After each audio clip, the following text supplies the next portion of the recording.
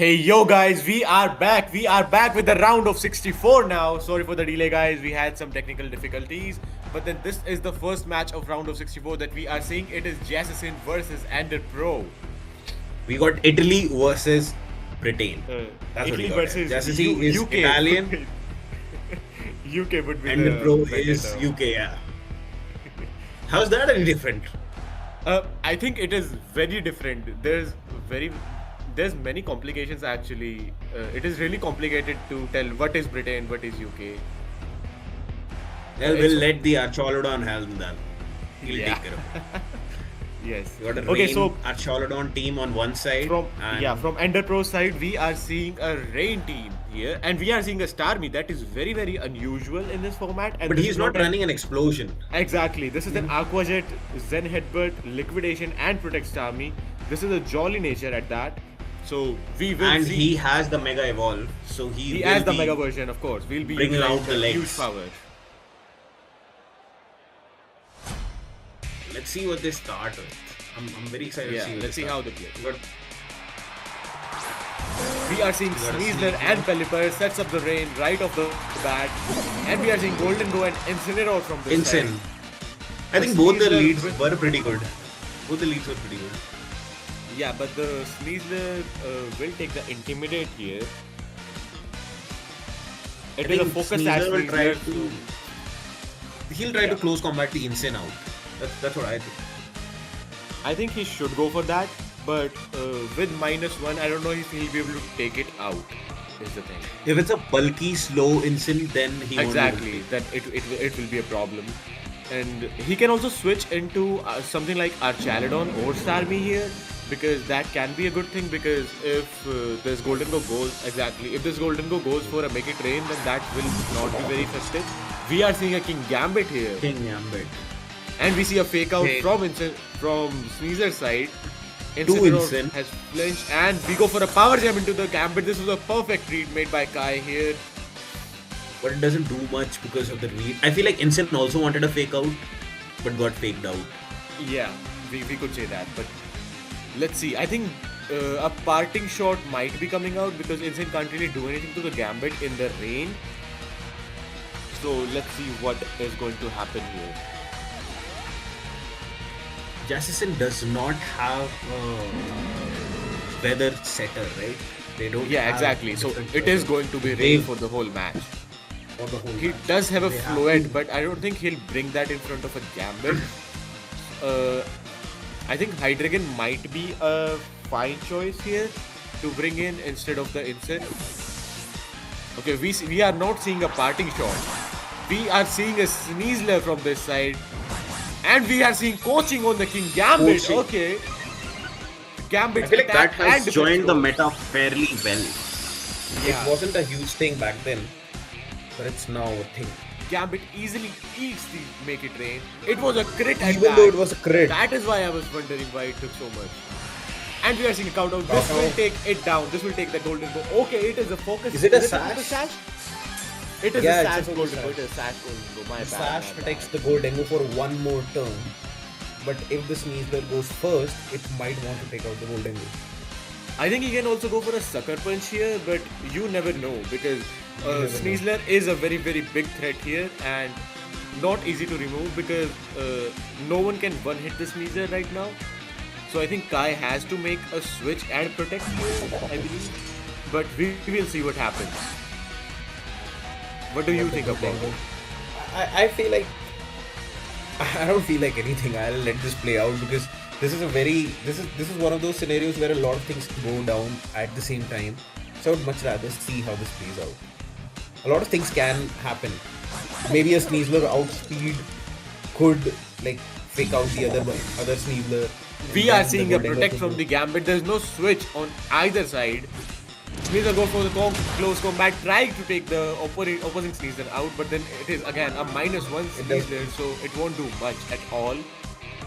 And he goes for a close combat, reads the protect, is- very good play protecting. by Kai. And the Shadow Ball, I think this takes the Sneasler down easily. This takes the Sneasler Yup. out. Even if it was a -2 Golden Go, this took it out. I think Golden Go has got to switch here, but then again, the We never know. King Gambit is defiant here, so that will not fare well. Okay, we are seeing this Starmie come out now. The Shiny Mega Starmie. Exactly. It will be a liquidation spam. It will be a liquidation spam. Under the rain. It is. I'm really excited to see how Starmie plays out because I really feel the potential of this Mon is unexplored in the current meta. So I really want somebody to use it and make it work. So let's see The how only it thing goes. we've seen so far with the Starmie is explosion set. Explosion, exactly. So it would be nice to see a change. It is a nice change, honestly, but seeing a liquidation, I'm not really convinced. I'll have to watch it play.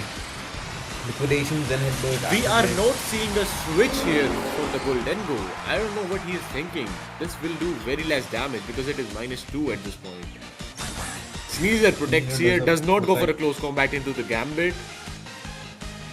Starmie used Aqua Jet. Ooh, Oh, that was such a good read. Exactly. He's trying. Okay.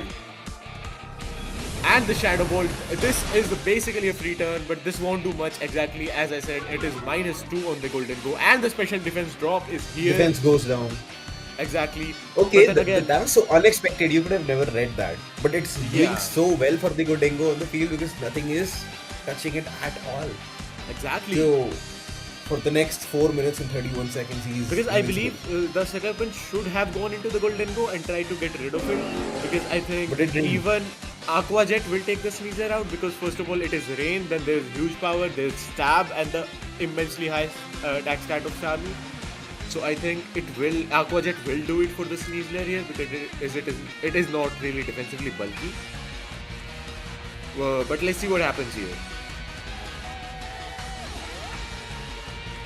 We are seeing a Sucker Punch on the. Finally, the Golden Go goes down. There was not a switch for for two it. more turns than it was supposed to, but it didn't Exactly. show up. It definitely did. And we are seeing a Dark Claw on the Starmie. The Starmie takes goes out the down Starmie. without doing anything. We are not seeing an Aqua Jet from it. I thought it would be an Aqua Jet. Why does he do that? And what do we see? And the rain okay. is gone. The rain is gone. I think the Pelly comes in again right now to take care of the Sneasler. Obviously, that's because, again, King Gambit is very much threatened by it. And then there cannot be an Incineroar coming out from Jaasesin's side because this will give the King Gambit a defiant boost. So we are It's time seeing for the Floet. Okay. That means the next turn, King Gambit has to go out, so Sneasler will do a close combat. And I think Exactly. the Floet will I Mega think- Evolve and do a Light of Ruin on the Pelly. The Light of Ruin is not exactly the. Oh, huh, I he would doesn't say have that, it. Yeah, He I doesn't think have it. I think he can go for Dazzling. something like maybe a Calm Mind. I believe a Calm Mind would be a good choice here because I think the Gambit protects here. I would take that risk because Gambit I think does protect here. So Now I think that you go for a now that you say it, it does sound like the best move here. right Combine because would. the best move for Jaasesin here is to protect his Sneasler and go for a Calm Mind on the Floet. I believe. But he's been playing Pelly- pretty aggressively. He is not Yeah. somebody who wants to switch. I don't That's think he'll true. do it. That's true. He's here for business. Sneasler here is really threatened by the Pelly. He protects. King Gambit goes for a Sucker Punch into Floet. Okay. This was not expected. Not afraid of the close combat at all. There's no setup from the Floet. And the Moonblast takes the Gambit down. Okay. This was not expected at all. See, The that's Gambit what I is said. not This guy afraid. has a very aggressive playstyle. Ooh, we The are seeing Sneasler a is muddy protected. water. I think this takes the Floet down. It It didn't does do not. shit. Ooh. It didn't do anything. It is a really bulky Floet. Because it was rain boosted plus its stab. So I think either it's the a- Pelipper is not specially invested, I believe. I feel like that's one possibility at this part of the tournament. That's Yeah. not a good invested Pokemon. But then you definitely would want to check it out the next time that you Yeah, compete for in sure. any competitions. That's one thing, guys, that if you ever compete, Okay, the please Pelipper check. is the last one left on Kai's side. You can see that. And then Jaasesin still has 3 mounts left. So I think it can be a easy win for Jaasesin, I believe, because yeah, Dark Glow brings it down to 50 and it fell asleep. Okay, that is crazy. that is That is crazy. We are seeing a sleep on Pelipper. This is essentially over for Kai here, I believe, because it sleeps for at least one turn. This was so And this takes one-sided the if you Pelipper really look down. at it.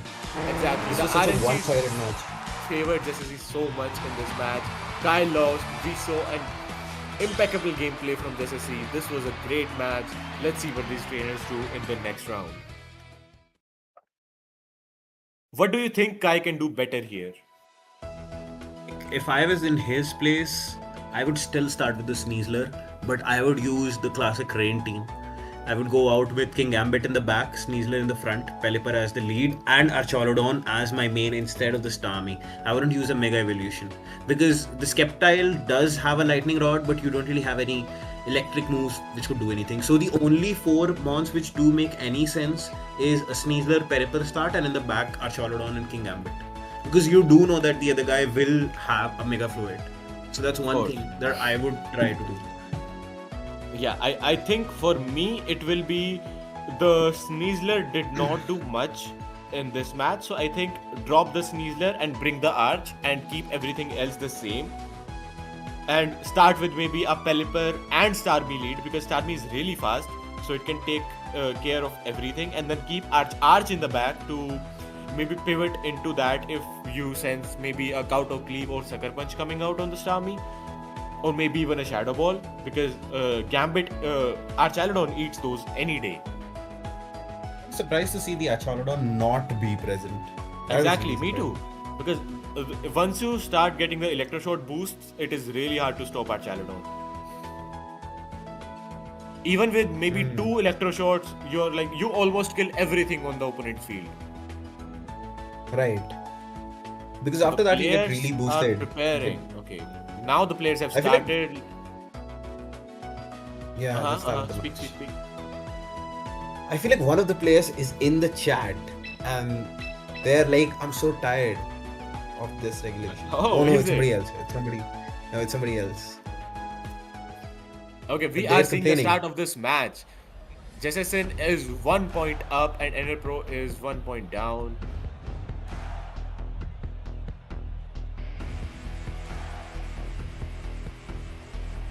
Let's see what these players bring.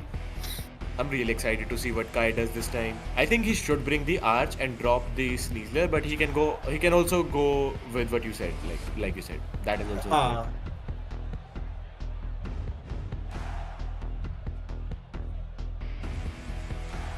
okay, there's an error in the team sheet for the enderpro, and it's mentioned on Limitless that he has a Weather Ball, but he's actually running Muddy Water, which shouldn't happen. But I'm surprised that he didn't provide the perfect team on Limitless. So that's on him. Weird, but alright, happens to all of us. Okay, we are seeing the start of the match now. Both players have locked in their 4 mods. I think this will be the deciding game of what happens to Kai. Okay, we are seeing a Sneasler and Gambit lead here. This is an aggressive lead, I believe. We are seeing the Hydreigon come out. Finally, let's go. The Snarl shenanigans will come out now, I believe. It has a Draco Meteor and Earth Power. Earth Power is threatening both the Sneasler and the King Gambit. So the Hydreigon is really the immovable object here. But then it also is again threatened by the Sneasler here. But it is a choice carved Hydreigon, so it moves first. So let's see what these players will do. But the Sneasler on the opposite side is again Focus Sash. So it will survive one turn. Okay, the Sash has broken. And do we see Earth Power into the Sneasler? Is it a double up? And we see Earth Power into the Sneasler. That's pretty much what everybody would go with. Exactly. Because last time Sneasler was a decisive piece, so it would make sense to take it out really early. And the King Gambit goes for the setup here. Okay. While being threatened by both the mons, because they can just double into the Gambit again. And it doesn't really do anything to anybody. Yeah, so I feel like the next time Gambit is going out, so he will protect. A Diaclaw to the Pelly, like last turn, like last match, and an Earthquake. Because a Sucker Punch will not be enough to take out this Sneasler, I believe, but it might actually, because it's a +2. It might take out this Sneasler. But he might actually... Sneasler comes back. Okay, if it's a sucker punch into Sneasler, then it will fail here. Oh, it's a protect from Gambit. A good choice. Do we see Earth Power? Okay, he read that perfectly. The Earth Power is stalled. And we see a Tailwind from Kai's side. But I think this will be matched by Whimsicott easily. Because it is again.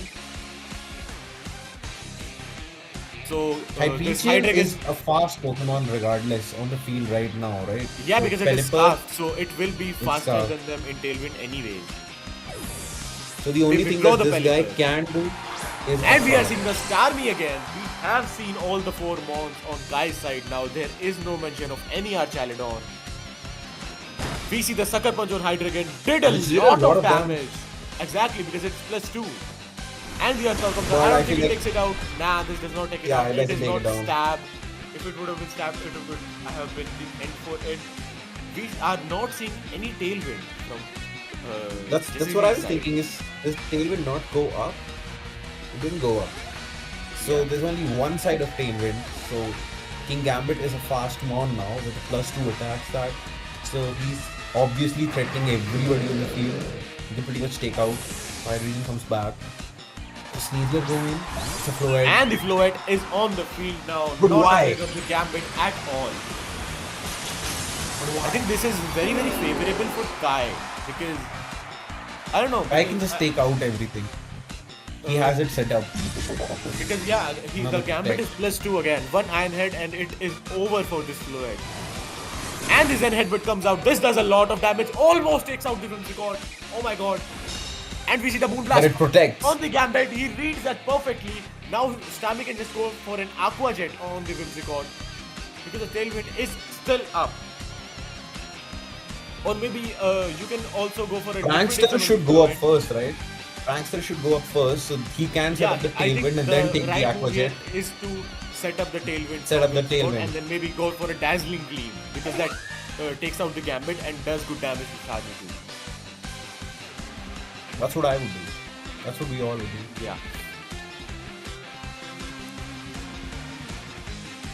Let's see if he chooses to set up the Tailwind. We are seeing the Mega Floette right now.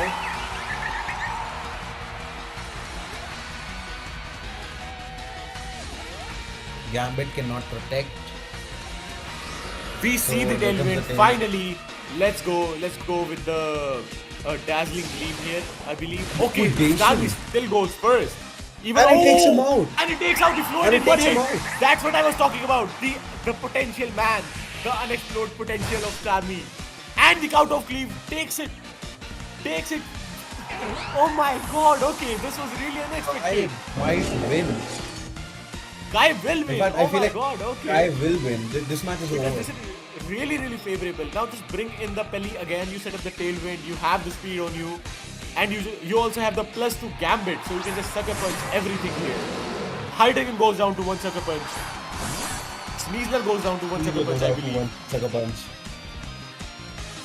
And you also have the Aqua Jet pressure from Starmie here. Gambit setup was insane, but it was definitely good. The Gambit setup is helping him so much. Kai did that so brilliantly. I did not see it work out this well because I thought that Gambit would be taken out soon. Okay, we are seeing a Protect from the Starmie. Is it a double Protect? It is a double Protect. He's just trying to read the move. I think he's trying to protect against the fake out. That's why there was a double protect. Exactly. The rain has gone, so we might see a switch. Gambit shouldn't move because of the obvious +2. Exactly. So I feel like nobody will move.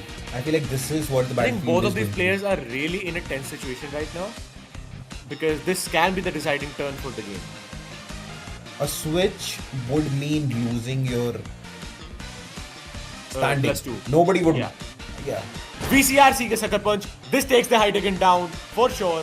But do we see a close combat from the Sneasler here? Sneasler.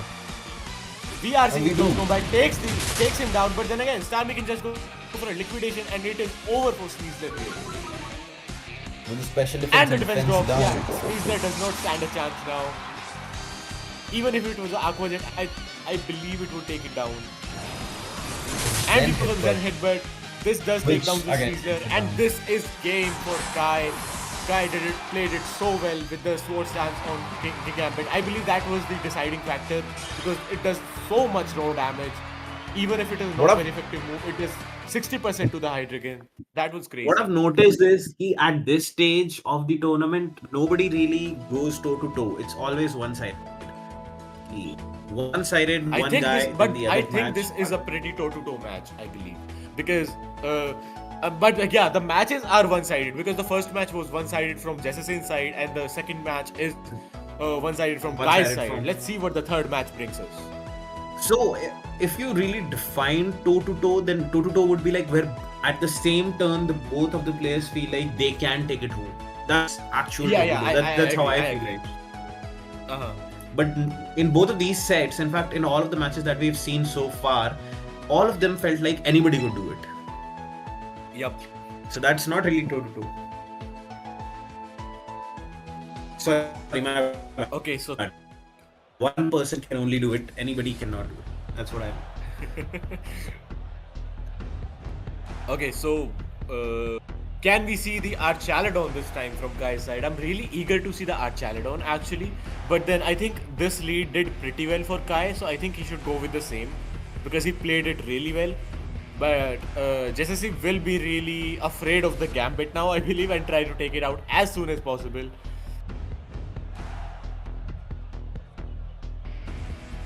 Okay, so we will have typical W in a while. He just has some work. No worries. I'll take over. So the main pressure, I believe, from Kai's side is the Gambit and the Sneasler, even if it is the coaching. And the Starmie is the immovable threat. I mean, a Starmie has to come. Starmie did really good. It took out 2 Mons. I don't think Instant really makes sense from Jaasesin's side. Floet can be a good choice if, you know, it goes for a Dazzling Gleam and it goes for the Calm Mind setup, I believe. Floet can be a really good choice, but I don't think the Gambit would let it set up. So let's see how both of these players play. They are taking quite a while to choose their 4 Mons. Let's go. They have chosen their 4 Mons. We are seeing the final round of this match. Let's see what their builds are. We are seeing Pelly and Sneasler. We are not seeing a Gambit this time from his side. And we see the Floet and Sneasler. We can see fake out from both the sides. The rain is set up. Anybody can come in. The Starmie or the Archaladon. Either one can come in right now. He has to keep the Pelipper safe, I believe. I think he has to set up the Tailwind and then just take out the Pelipper. And we see the Mega Floet. Is it a fake out and a Calm Mind?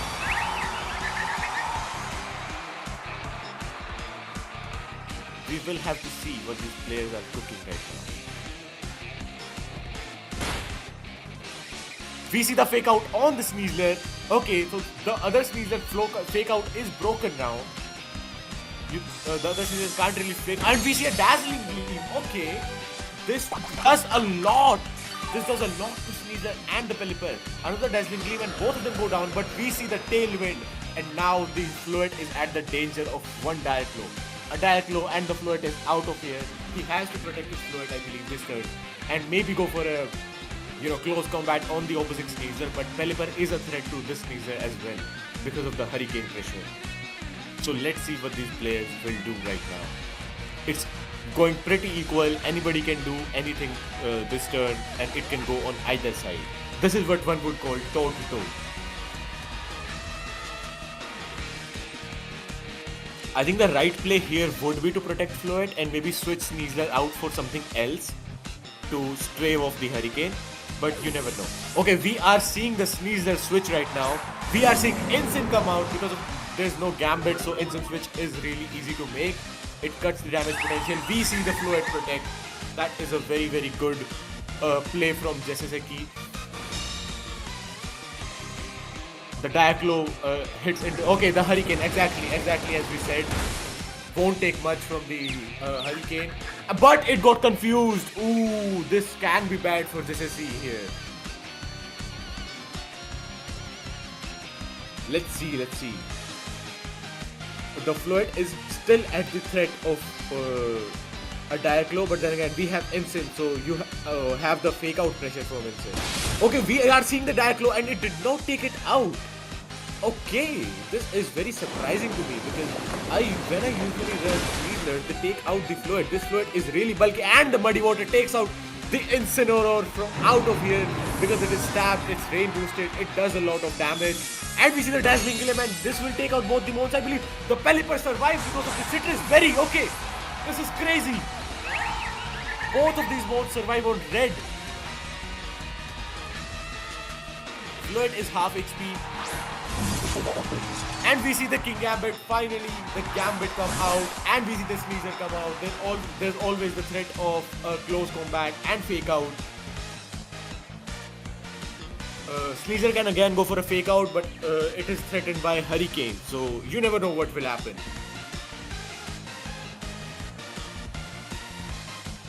I think Floet can switch here. Switching here might be a good choice because it is really low and will go down to about anything. The Pelipper can even go for a Muddy Water and that will do a lot of damage on both of the mons. And King Gambit always has the option to Sucker Punch the Sneasler and that will take everybody down. Pelipper still has the Tailwind up on their side. Let's see what these players are cooking now. Let's go.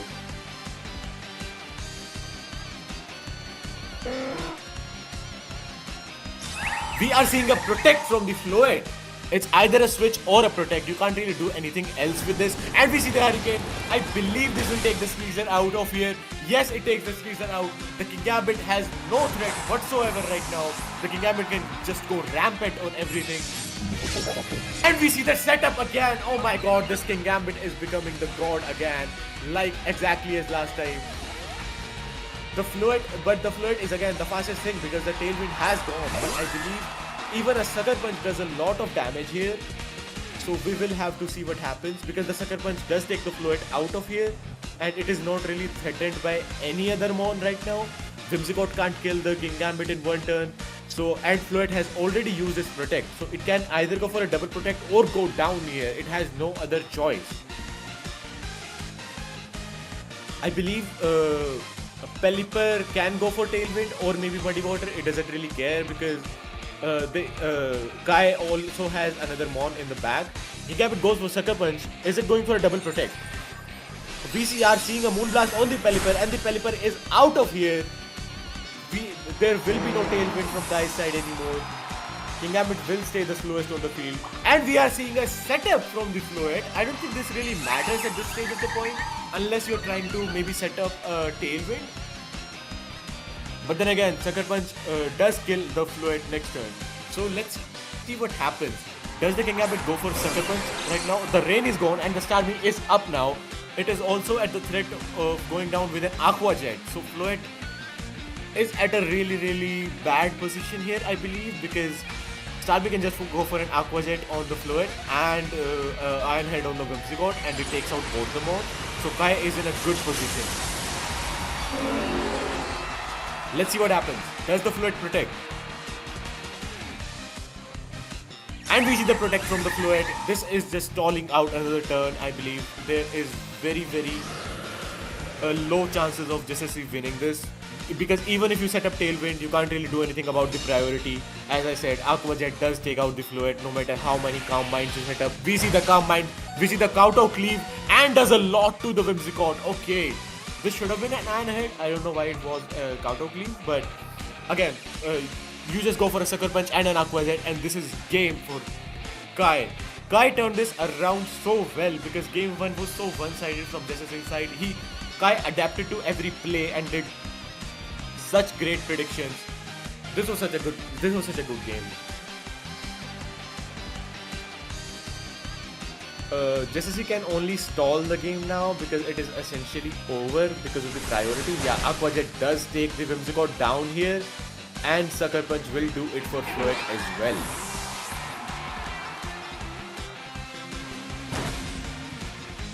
Yup.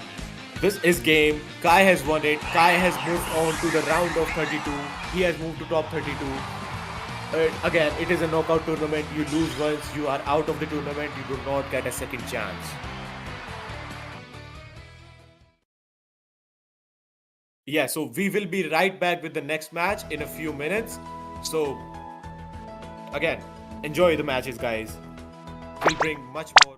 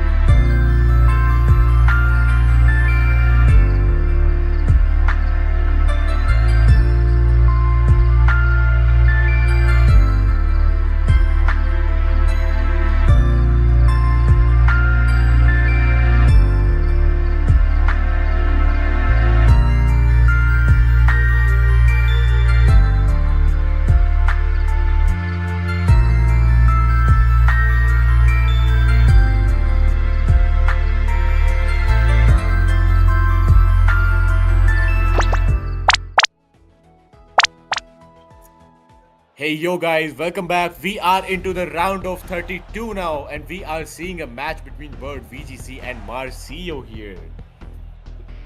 We got a Spanish player and then we got a British player. And by the way, I'm back. I'm so sorry for the delay. I had some issues that I had to fix with. Yeah, so And Marcio now I'm is back. using a very standard rain team with Raichu, Basculegion, Archaladon, Swampert, and Pelipper. So it is a very standard team. Everybody uses Pelipper it. has a wide guard here, which is something that I absolutely despise, but I feel like this would be needed. This is very For the much heat. needed with the Floet Dazzling Gleam pressure and the Charizard Heat Wave pressure. This is very much needed here. I would say even Bird has a very standard early meta teams with the Yeah, I agree. Floet. It is basically the big six. Big 6 It is basically versus the big the six. Rain 6. Yeah. So Bird VGC is using a balanced team with Floet at its center. And we got a Basque here also, which is a Mystic Water Basque. No scarves on this side. We got I Sash. think the Swampert can be really scary here because nothing really does anything to the Swampert because the Whimsicott does not have Energy Ball, it has Moonblast. Okay, we are seeing a lead with Archaladon and Pelipper. So he's ready to fire off those electro shots right off the bat. But the Archaladon on the field does not pose a threat like it is supposed to because of the Garchomp being present. Exactly, As but well it can just boost because I don't think Garchomp one hits the Archaladon. So what you can do is it can boost with one electro shot and then try to Dragon Pulse the Garchomp. So that is one viable way of getting rid of it. I feel like it's gonna Oh, stack it is those. a Draco Meteor. It is a Draco Meteor Archaladon. It can right off the bat go for Draco Meteor. But they just switch Bird- it away. I think yeah, Bird read that and switched into Floet. So if it goes into a Draco Meteor, it will not affect it. Okay, afraid of what is it afraid of though? Earthquake? Earthquake? But why? Earthquake, I believe, right? It does not affect Floet. Okay. This was kind of a perfect read made by Bird VGC. Nothing really happened on either side except one turn of rain got stalled out. Okay, we are seeing the Mega Fluid right now. Does Pelipper go for a wide guard again? Does Mega Fluid go for a Moonblast? Or maybe a Light of Ruin into the Archaladon? Archaladon protects here, Archaladon afraid of the protects. Light of Ruin. I feel like Do we've we see a reached the wide guard point again? into the tournament We are seeing where Encore. Okay, so And now Encore Pelipper on is what locked wide into guard? using wide guard. So I'm pretty sure it went for a Moonblast, right? Or Light of Ruin.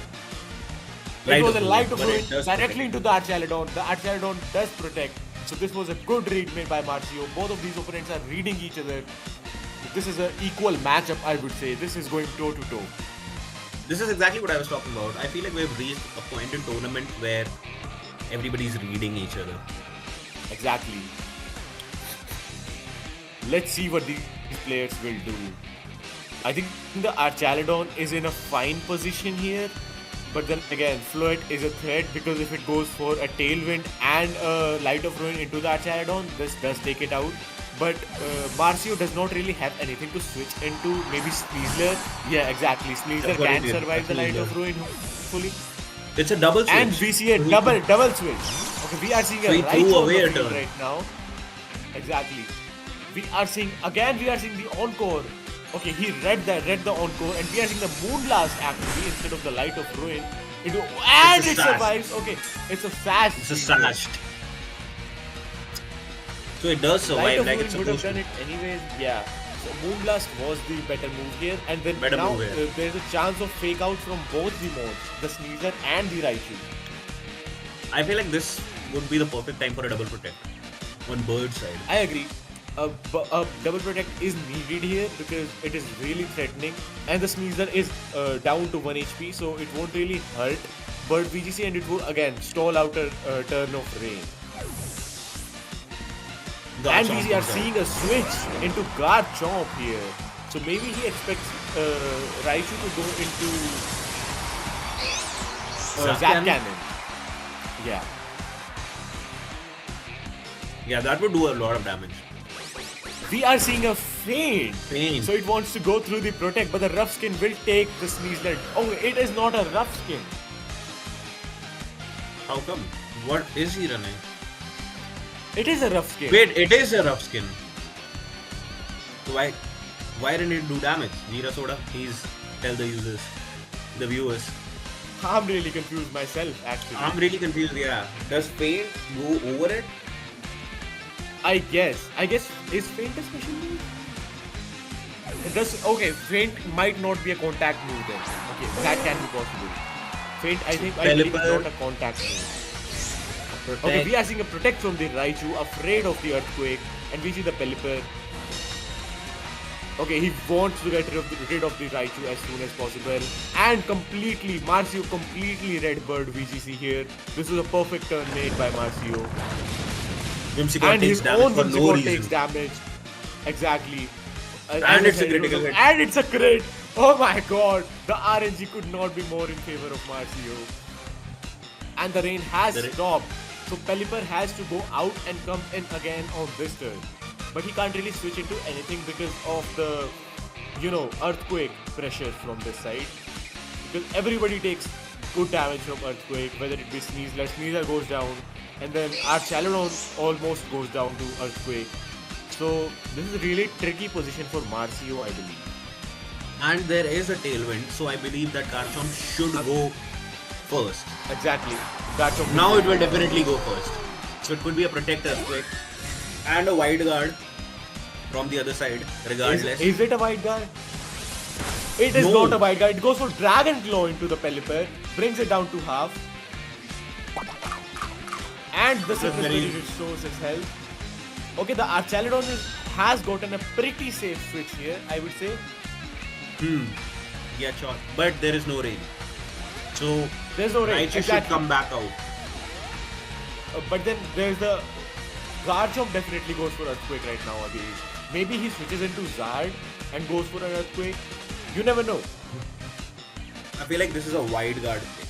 This is definitely a Wide Guard. And I think Whimsicott needs to survive another turn to set up Tailwind again, because Marcio just might be trying to stall out the Tailwind, so he can even go for a double Protect right here. But he can't let the Whimsicott, live.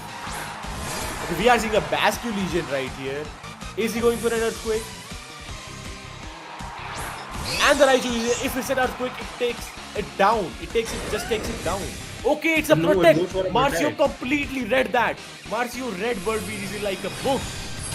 And we see the Flash Cannon. Will not do much, but still fine. Exactly. He knows Bird VGC is playing very, very defensively. The Tailwind has gone out now.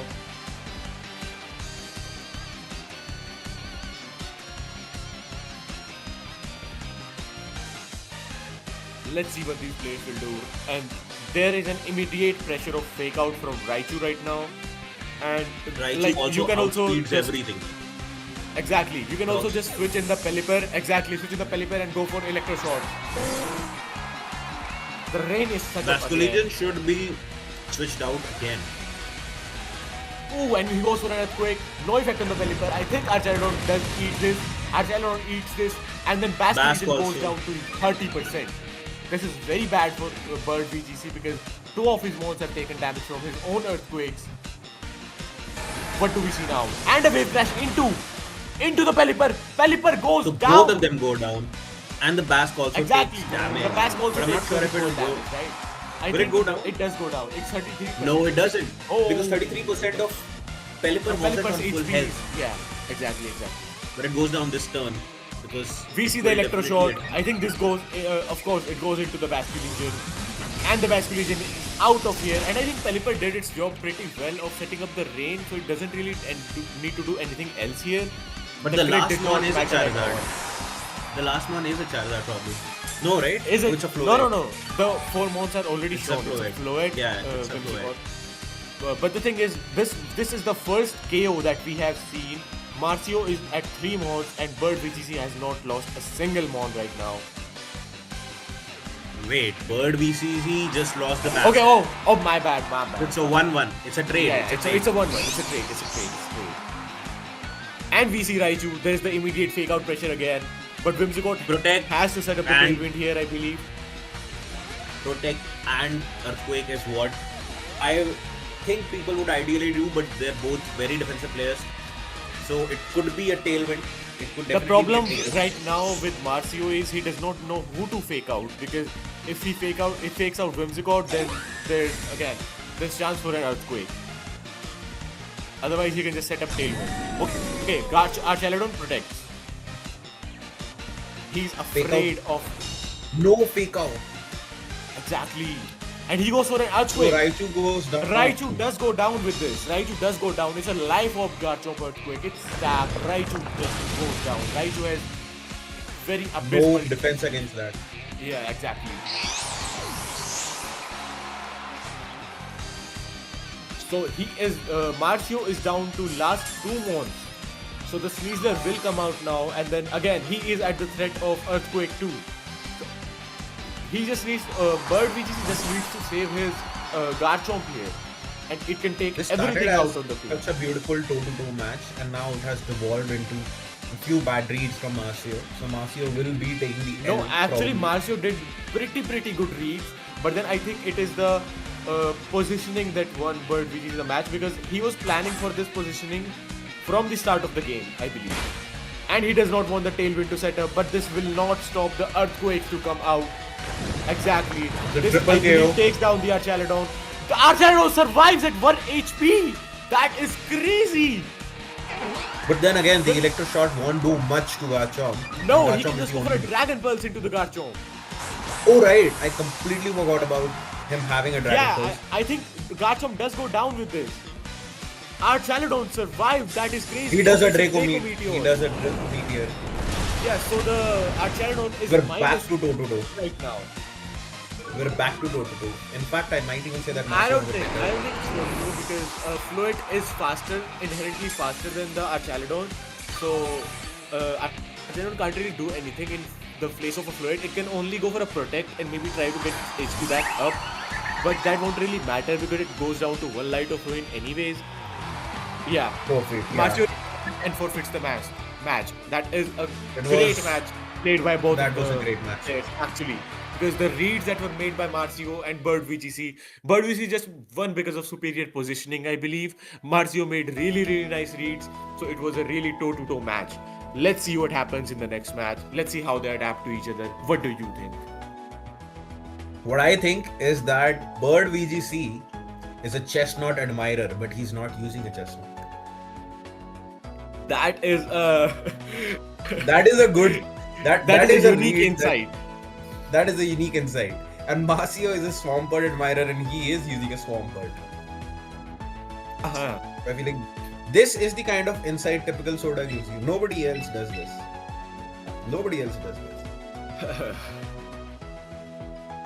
I feel I like they're think- going to. Bird I think VGC he is. bring Swampert this game. He has to. He has to. Because he knows Marcio- that. Oh, he did. Okay, the match has already started. Okay. So he brought Swampert and Pelipper. We have the Swift Swim boost on the Mega Swampert if he chooses to Mega Evolve. So Swampert will be the fastest, except if Whimsicott sets up Tailwind. So that Floet can just Dazzling Gleam both of them, or maybe Light of Ruin the Swampert, and it just takes everything down with it. The entire strategy collapses if Swampert collapses, but it's too early to say. But in sets like this, you would assume that Swampert is the centerpiece. Exactly, He's the and queen of the Swampert, I board. believe, is the queen of the board right now, because I think this is the Mega that he's wanting to use. He has not brought the Raichu because he did not get many results last game, and it is weak to Garchomp. So let's see what happens right now. They I don't have a believe grass move on Whimsicott them. has to go for a Tailwind, right? Whimsicott will go for a Tailwind, and maybe it's a Light of Ruin or Moonblast. Moonblast won't do it, but maybe Light of Ruin will take the Swampert down here. Even if it's the bulkiest Swampert we have ever known to mankind. Yeah, okay, we are seeing the Mega Swampert right now. The Swift Swim activates. It is the fastest right now, except if the Whimsicott sets up Tailwind. And the Swampert protects, afraid. He read that. Let's see what happens. We are seeing the Tailwind. Floyd is the fastest now. Do we see a Hurricane or maybe even a Weather Ball into the Floyd? We see the Light of Ruin into the Pelipper. He read the Protect on the Swampert. This is going crazy. Pelipper is out of here. We see no more. No more weather. If No this more rain goes out, Tailwind. it is over for Swampert. But Fluid goes down to 46% HP, but it does not matter. It can go for another Light of Fluid maybe into the... Okay, we see the fake out pressure is on now. And a muddy water. Yep. They don't have a muddy Fluid, water. I think Fluid has to protect this turn. And Whimsicott maybe tries to go for a Moonblast for some chip damage onto the Swampert. That is the right play from Bird VGC. What do you think Marcio should do? I feel like right now Marcio should go offense. 100% offense. I think a fake out on the Fluid and then they take out the Whimsicott. Okay, we But it see goes a for a feint feint. again. And an encore Okay, into the protect. That was so Oh beautiful. my god, okay, this is really was so bad for beautiful. Marcio right now because Swampert is just stuck It was protecting fair. me. It has to switch. Bird VGC is doing his best to just stall out the rain. And we see the Moonblast, and then again, it is the Focus Sash Sneezer. Focus It did Sash. not go for a fake out, it should have gone for a fake out, I believe. But then again, he wanted to go for the feint to go through the protect, but I don't know why he went for the feint. Maybe he was expecting a Basque Legion switch in. You never know. No. But there's no more fake out pressure. Flirt is the fastest right now. Swampert is stuck doing his shenanigans. He has to switch Swampert. But Rain is about to go out, so you can't really do anything.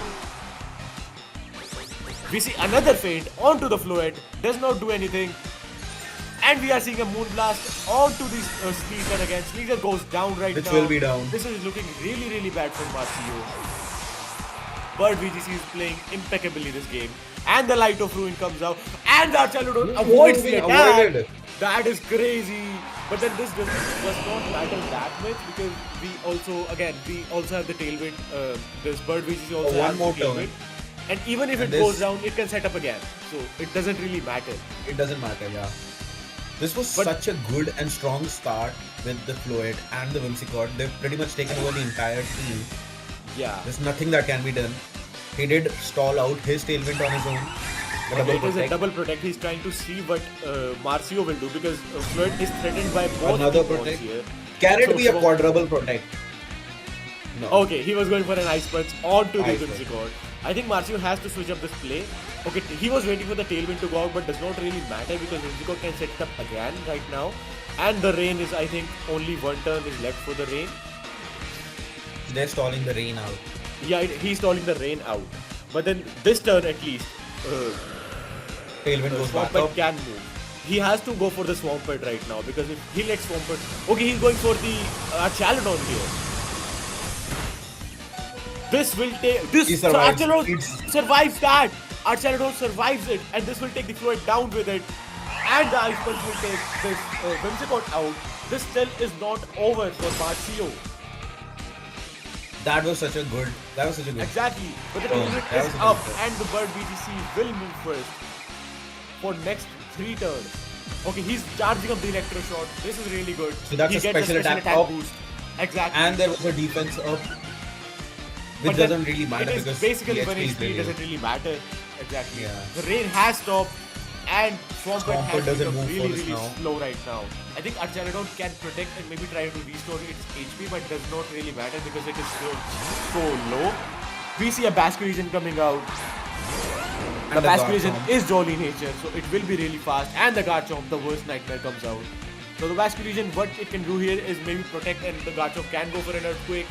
That is a very, very viable option and takes out the Archaludon. But Archaludon can go for a protect here, and that does put the Garchomp in a really bad Inevitably. position. Yeah. Yeah. I feel like this is just a game of Okay, stall we right are seeing a Dragon Claw. Archaludon is out of here. Bird VGC is in a really, really good position. now. Will it be another 4 feet? I think it's another 4 feet. I think it's done. It's done, bro. Marcio is It's done. another 4 feet. Yes. Yup, it is done. Bird VGC has taken this match. Bird VGC moves on to the top 16. Marcio, it is the end for you, my guy. But you played so well. You made so many So good well. reads. This was a total match, I believe. It could go any way. I love the There are match. some matches there where you just know that you're not enough. This was one Exactly. of those matches. Marcio played really well and he did everything that he was supposed to, but he still wasn't Yeah, but it was not enough. enough. Well, not enough because that one Garchomp was really a threat to him in the second game and in the first game because that really took out most of his team, I believe. Because everybody was weak to that one earthquake. He was just spamming that earthquake. I And feel I like think this was the fastest it was this more evening of with what? I could not hear you. this was the fastest match we had this evening with two forfeits in a row. So it does make Exactly. sense that the team matchup was not evenly matched at all, even though the reads were very well. I One agree. of the teams, Marcio tried his best, but the teams just were not a match. Marcio's team was inherently weak to his team because it just relies on rain too much. And once you get rid of the Pelipper, the Swift Swim goes out, no more Electroshots, you have nothing to fare against Fluet. So once Fluet I starts going, I feel like if there was a regular Raichu with Thunder in the rain, that would have been a slightly better piece.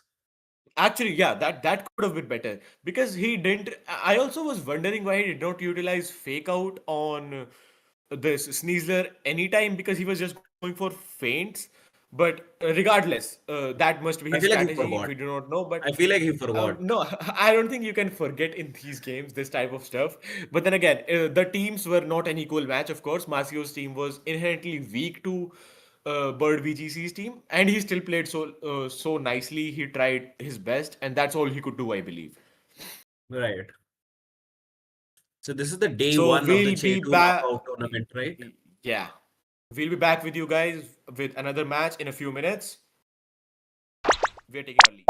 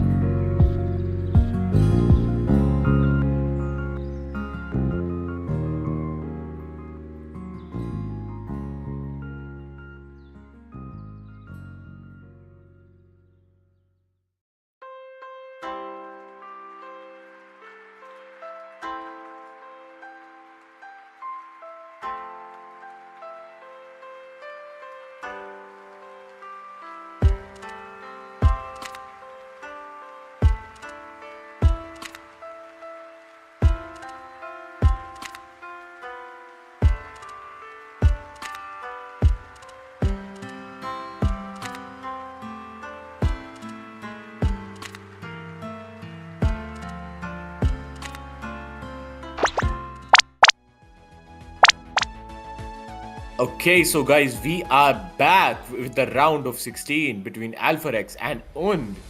Let's see what these guys are bringing. Okay, so we are seeing a Sounds like a chandelier. German name. Yeah, Und Und sounds means like a German name. Yeah, Und literally means and in German. So We got and we got Alpharax and. That's who we're we playing. got against. Alpharax and.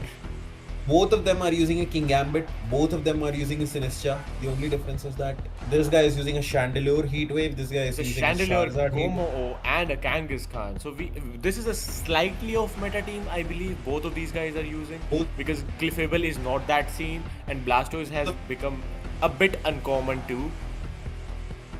So And he got a let's see. Cell Smash Blastoise, so he will have to. Yeah, I set it think up. if it's not a Trick Room team, then Shell Smash is really common. So it is a standard Blastoise set with Ice Beam, Water Spout, Shell Smash, and Dark Pulse. There's no Protect on this Blastoise, so that will be interesting to see how it fares. I think its biggest enemy will be the Sinistra, so Sinistra has to come here. But let's see what these players are cooking. I feel like Sinistra and Blastoise can be paired up really well. If you can Exactly, switch, they can be paired up really well. you can switch Sinistra in, heal him up. But let's see what they have to do. The match has begun. Of course. But they have their own strats, we'll just have to see. Alpharax is a master trainer with the intimidating medals out here. And Exactly. Okay, we are seeing a Sneasler and Blastoise lead the standard. This is the standard lead that you fake out one mon, but you cannot really fake out because both of them are ghost types. So you have no way of setting up Shell Smash without taking damage right now. So let's see what will happen.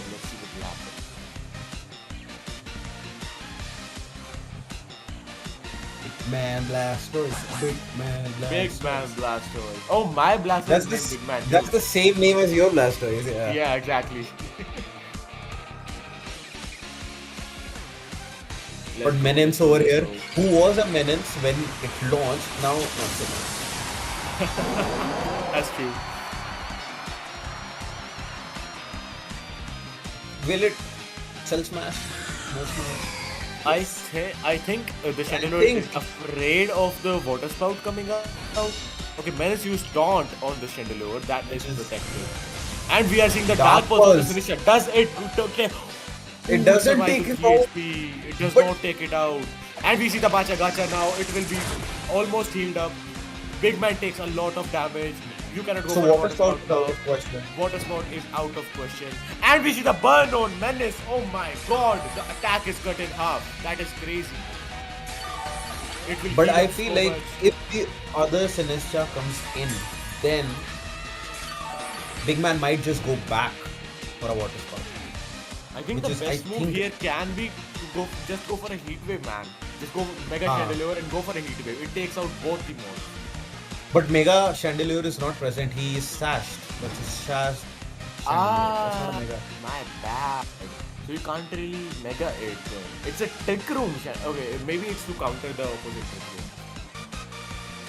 Okay, Shadow So Wall, just go Heat for Wave, a Protect, Heat and Trick Wave? Room. Yeah, you can just go for a Heat Wave, man. Why not? Okay, we are seeing the Rage Rage Powder. Powder from Sinistra. He does That not means want Sinistra will go anybody out. to hit him. It has to. Okay, now the taunt does not matter, man. The Rage Powder has already gone out. And we see the Dark Pulse coming out again at the Sinistra. Sinistra goes out right now. What do we see from the Chandelier? I'm waiting for that.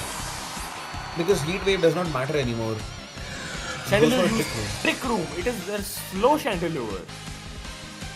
So now Chandelier, Blastoise, the Because Pokemon I was which wondering might come in. that how is the Chandelier slower than the Mega Blastoise? Mega because Blastoise. Chandelier is really fast. Yeah. They've trained them. Okay, let's see what Alpharax has. Because he knew Sinistra would go down, he deliberately sacrificed that piece. So we have to see what he brings in right now. Maybe a King Gambit is on the way. Okay, we are seeing a Komo. Oh. So do we I've never see seen a setup? combo O in. Okay, there's in no the setup tournaments. moves on it. There's no Clangorous Soul. So this is Clanging Scales, Aura Sphere, and Vacuum Wave. Okay, Vacuum Wave might be able to take Big Man out. I don't think so. I don't think it can actually. It can't take Big Man out. So he has to go for Clanging Scales here. Okay, we go for Heat Wave. Maybe it's a double spread move. Okay, both of them But it survive doesn't- it. Exactly. And we see the clanging tails. It will take both of these monsters. Double KO. Of course. Double KO right there. This and my bad. I forgot that Trick Room always goes last. So this Chandelure is actually not slower than the Blastoise. It's just that it was using Trick Room. So yeah, that's why it was slower. But wait, this turn Chandelure moved first, so it's still... Yes, exactly, because it is faster than the Blastoise. It is supposed to be slower, right? That's why it moved first in the trick. Oh, you got confused. Yeah. Chandelure is slow. Never mind me. Chateau is slow. So okay, we got a 2v1 trade here. Which isn't a bad. I think Chateau has to protect or switch right here because he can't really go for Heat Wave reliably with King Gambit here because there's always Sucker Punch and even Kowtow Cliff pressure on the Trick Room. So we'll have to see how this fares. I want to see what Cutie Pie does. Okay, Sucker Punch will take it down to 1 HP. Does it go for a Heat Wave right now, or does I think Clefable moves first, right? Or Como use Vacuum Wave. Ooh, it brings it down to 1. That did so much damage. Oh my god. It's not even a focus slash. It's not even a focus slash. It survived on 1 HP just like that. That was so good of a dazzling out of heal. here. Exactly. It brought. Oh my god. This is crazy. This is going crazy. Ond might just win this one because Clefable does still have it in him. King Gambit is out. Now it might be a speed tie King Gambit. You got Gambler versus King Gambit. He'll gamble the Let's speed. see. He'll gamble the speed. That's all you can do. Or you can do a Sucker Punch, but the opponent might also do a Sucker Punch. This is a really tense situation because if you go for clanging scales, you can't really hit Clefable, so you have to go for something like Aura Sphere, but then that does no damage to it at all. So I think Cutie Pie is in a really good position here. Good position. Because it is only threatened by Iron Head maybe. And it does the follow me, so there might be a Sucker Punch coming. Ooh, the Iron Head will take it out, I believe. Yes, it does. And it's over. Okay. It's so over. The King Gambit is slower. The Alpharax King Gambit is slower than the other King Gambit. And we see a low kick coming out. Chopelberry will tank the hit. Yup, it tanks it just so like that. And the opposing King Gambit is focus sash. I thought I got confused between both the King Gambit. The opposing King Gambit is focus sash. And the King Gambit goes down. It is over for Ond this turn. Alpharax has taken the first game.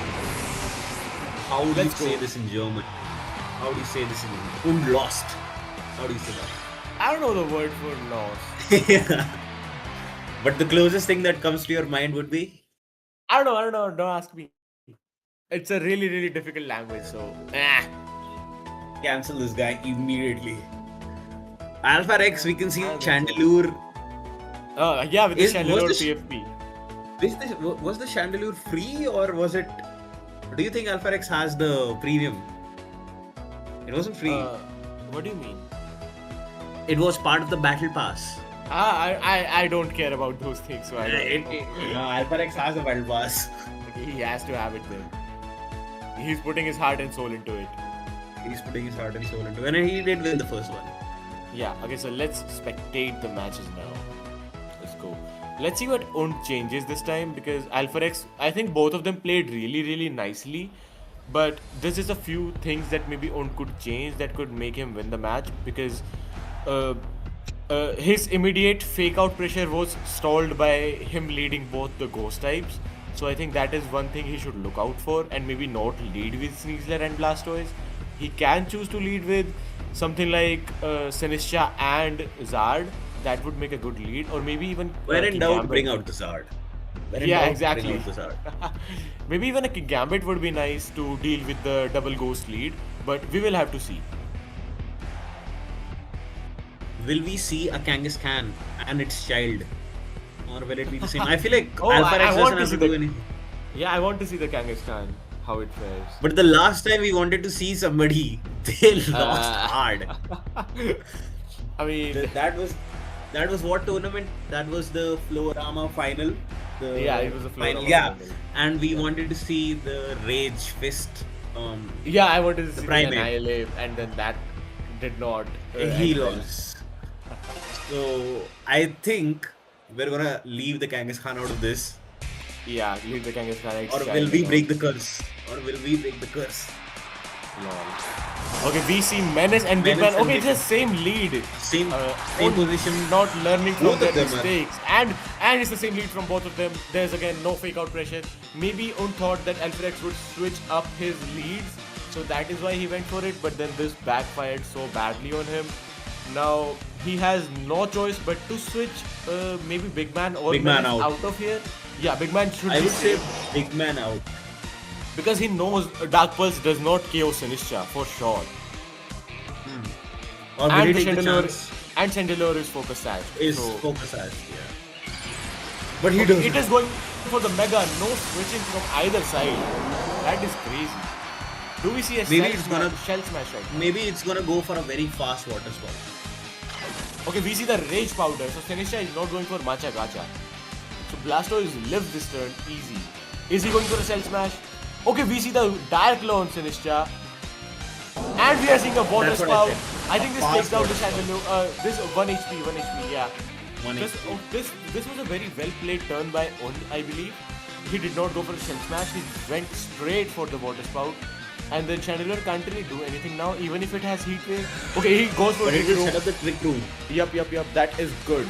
Maybe, but if he just wants it to have the Trick Room, then there are many other good Trick Room setters. But let's see what he has in store. Protect on Blastoise is something that would be a very good move right now. And then Yeah, because Macha Sinis- Gacha is in immediate vicinity. So just Dire Claw into Sinistra and you protect your Blastoise for one turn. And maybe then you can set up some Shell Smash shenanigans. Big Man Big Man avoided! avoided it. Oh my god, that was so in favor of him. Is he going for a Shell Smash? Is Blastoise going for a Shell Smash here? or is it going to be another water spout? Water Full Spout, HP because water it can go for another Water Spout, right? Okay, he goes for a Shadow Ball. Water Spout damage will be cut in half. So That was it will bulky. He goes for Dark Pulse into Sinistra, and Sinistra is out of here right now. So that means Let's go. Sneasler will take out the. No, Sneasler Sneasler will already went take for the out- Dire Claw into. Oh, It didn't, that was because last it's the time. Okay, fastest. yeah. Yeah. Oh, of course. This took out the Chandelure now. Okay, it's 2 months down from Alpharax side. Don't play this. So he great game, I did believe. learn from his mistakes. Exactly, it was a bad lead, but then he turned it into his favor by, baiting the opponent into using the moves. I Okay, feel we like are seeing, Sneasler should go out right now. Sinistra comes in, then a water spout. Because hopefully, because except yeah, King, you need to except beat King your- Gambit, Big Man should be the fastest, and Sneasler should Of be course. the slowest. But then one counter cleave from King Gambit does it for Big Man here. So that is one thing too. He also has Aura Sphere, so he can utilize that for the Protect. Gambit. So Okay, Gambit is the fastest. we see a counter cleave onto Menace here. And we see Como move first. Does it kill? It does kill. Big Man is does out kill. of here, but we see the stat drop on Como now. And it is a So life this orb. was, so this was a double trade on 2 consecutive turns. Yes, but then again, this Como is -1, so that is something that you should We got keep in this- mind. And we got last the time it exact survived same on mons again. 5%, exactly. And that one has Supreme Overload, so that will do an insane amount of damage. And then again, Como Which survived with one? 5 HP. 5%, The Gambler has the Gambler has Supreme Gambler has Supreme Yeah. Overload. What about the other one? Let me see. The other one has other a one has defiant Defiant, nature. I believe. Defiant. Yeah, So, Defiant. Gambler is stronger, but he moves slow. Because the slowest right now is King Gambit. Yeah, of course. I think Como protecting was the best move here because it would have died to one dazzling lead. And yes, doing this was the right move because this takes out PewDiePie goes Cutie out. Pie. That was the biggest threat. I'm like surprised why Un did not protect his Cutie Pie because that's the exact thing that happened last time. Happened last And time. now Un is in a And we got the really bad Stoppleberry. position. Yeah, again, it's the same thing. It's So, the exact it's the same But then- thing. But then I believe Un is in a better position because both of these mons can't really do much to Gambler here. And I think one Sucker Punch does a lot Takes of out damage the to King Gambit. Como. Yeah. So he's in +3 Supreme Overlord right now. No. Right? Como 3 does fallen. have Aura Sphere, right? Como has Aura Sphere, my bad. Como can just Aura Sphere into him. Ah, oh, and let's survive survive because on it has one. Let's Yeah. focus on. And then now one Aura Sphere does it for him. He goes for Iron Hand into Como. That did a lot of damage, oh my god. But And the it Aura Sphere comes out. wasn't enough. Yep. Gambler is down. I think he should have changed up some of his leads. He played turn 1 brilliantly by taking out both of his mons, but then it just wasn't enough, my man. Alpharax is the better player. Alpharax has won this. He made really, really good leads and really good reads on top of that. So let's go. Alpharax moves on to top 8 of this tournament, and Unt is out of the tournament because again it's a knockout tournament. So we will see you. We will see you guys with the next matchup, and let's wait for these guys to finish up, and we will be moving on to top 8 next.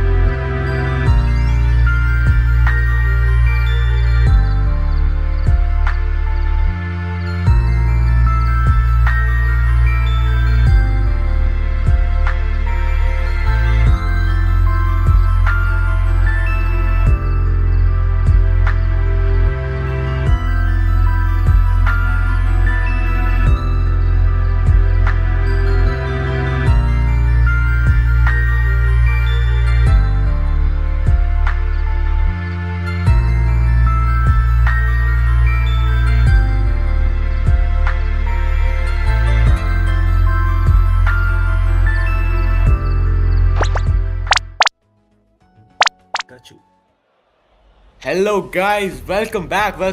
We are into the quarter-finals here. There's a bit of spelling error in the quarter-finals, but that is fine. we have we have a match between Dutchum and Lewis. Louis. So Lewis has a very interesting team, but Gia Soda will cover that. Agree. Let me get over to the Dutchum side. What I can see from the Dutchum side, that it is pretty inspired from the Marco Silva team. If not, I would say this is one of the variations that he has used before. Except I feel like the move sets has slightly changed. So this is a classic aerodactyl team where you set up the tailwind and control the speed. Then you got a furry giraffe with an armor tail and a trick room for the dual speed control. You got the obvious Charizard, which is the centerpiece. King Gambit will be in the back, Garchomp will be in the back, and Sylveon, which is one heck of a mon right now for extreme attack. I feel like this team has everything slow except Aerodactyl. So Charizard is going to be slow, King Gambit is naturally slow, Garchomp might be fast, Aerodactyl might be fast, Sylveon is slow, Farigiraf is slow. That's what I think of the team. Let's see what they actually do. And then Dutchum, I believe, is using Blaziken and Frostlash is very rare. Actually, Frostlash is not that rare. Blaziken is kind of rare to see because it's not that common. And he has led with Sneasler and Blaziken, so there's immediate fake out pressure from the Sneasler. But then Aerodactyl can also go for a Rock Slide into the Blaziken. But Blaziken has to protect, I believe, to get the speed boost going up. But then again, the entire point of Aerodactyl here is to set up a Tailwind and Mega Evolve and then put as much pressure as you can. So King Gambit should protect and the other side will also probably protect. But if they don't, then King Gambit goes down. King Gambit is threatened by both Sneasler and Blaziken. So either it's a protect or a switch out. Exactly. He has to switch out. Into Garchomp. Garchomp is coming out and now Garchomp threatens both Sneasler and the Blaziken. Blaziken needs to be taken out as fast as possible, otherwise the speed boost will outspeed the Exactly, it will go out of this world. It's a Mega Blaziken at that. We don't usually see Mega Blazikens. Normal Blaziken is still like, you can see it here and there. Okay, we see the fake out on the Aerodactyl. There will be no Tailwind this time. What will Blaziken go? It's a Rock Slide, does a lot to Aerodactyl. We get the speed boost going, and the Blaziken will be the fastest thing on the field, I believe, after this one turn. Mega Blaziken also has a speed boost. Exactly. So I think another Rock Slide and this Aerodactyl is done for, but I think Aerodactyl is still faster than Blaziken because it is a Mega. But you never know. But then why would you want to set up the Tailwind at this point? You would want to take the Blaziken out. So I feel like they're going for a Rock Slide. And Rock Slide and Earthquake can be good. Earthquake, yes, that's what I was saying. Let's see what these players are thinking. Shout out to our 4 viewers who we really love. We're doing this for you. Dutchum has not lost a single HP here. He has been playing perfectly. Okay, the Tailwind has come up. Aerodactyl is indeed faster than the Blaziken right now. And do we see the Earthquake? We see the Earthquake. I think this takes the Blaziken down. This takes the Blaziken down. It's a double KO. Survives on the slash. Oh no. The Sneasler survives on the slash. The Blaziken is out of here, man. He should have gone for a protect, I believe, on the Blaziken so that it could be the fastest. But then again, Tailwind just doubles Aerodactyl speed, and that is so crazy. Okay, we see the close combat on the Garchomp. Does it take it out? It does not take it out. I think poison touch. And the poison point, it poisons the Garchomp. That is a really good thing from Dutchum's side. But then again, these are fates because of the rough skin. And Garchomp also has a life orb, right? Garchomp also has a life orb. I'll have to check that. Yeah, he does. So the next turn he does out. have the life orb.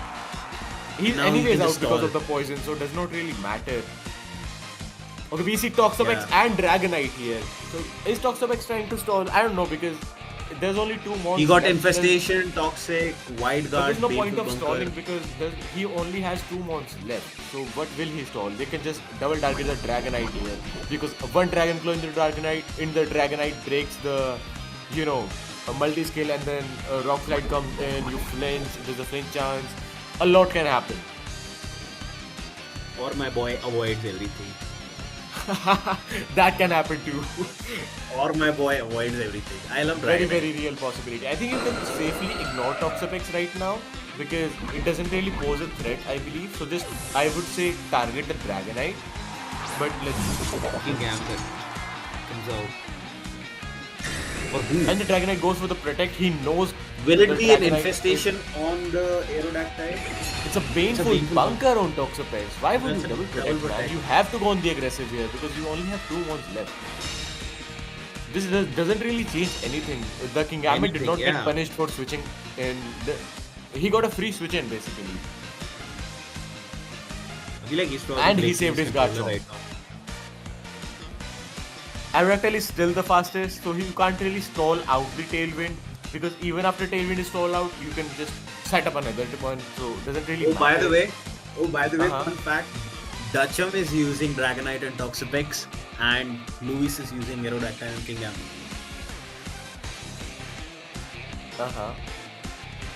So that is a fun fact because the scoreboard is opposite. That's why I said it. Ah, okay.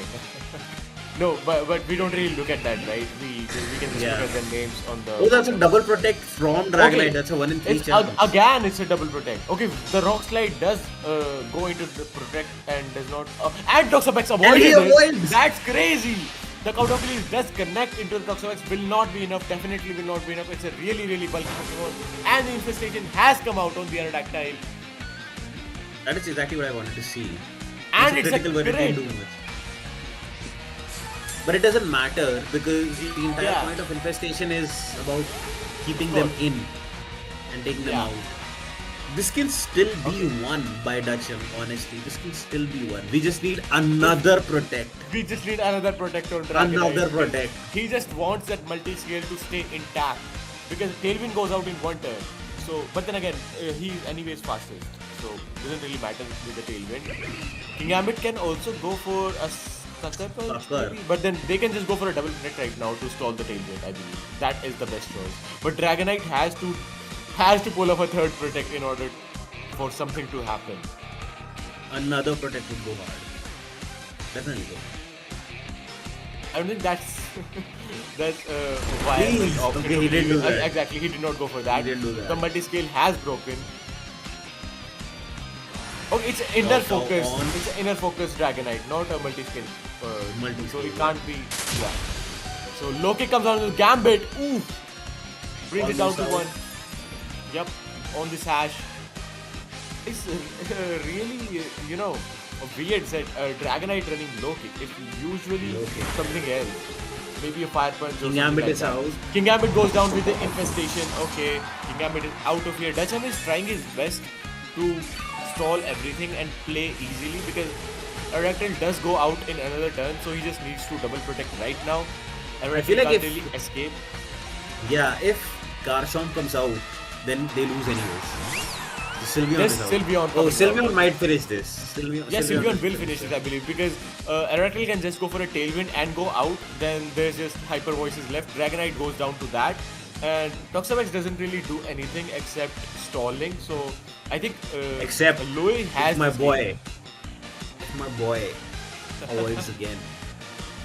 Because he has I mean, pulled up even if another he keeps protect. avoiding, doesn't really matter because it does not have any damaging moves that can do some significant damage. Okay, we see the Why extreme would you speed do does that? not let it set up the Tailwind.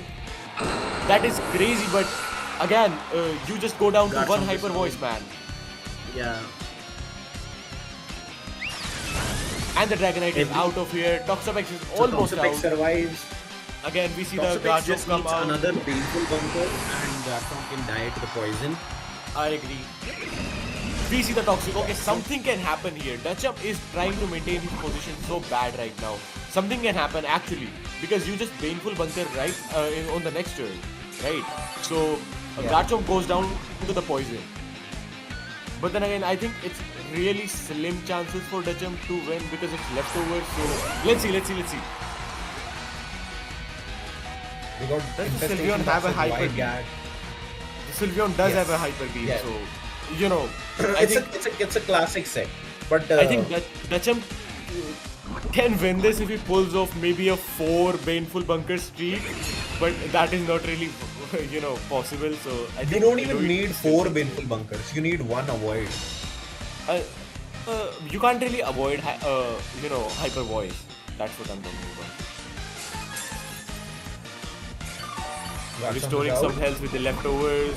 Garchomp is out. So now, I don't think he goes down to 1 more hyper voice. So he has to avoid 1 hyper beam in order to not go out. Toxapex. I think going for another Painful Bunker is a really, really good choice here. You could go for another. But you can gamble and infest. You can gamble and infest. Sure. But I think Painful Bunker will also will win the match. Yeah, because I agree. It's still like looking very slim for Dutchum.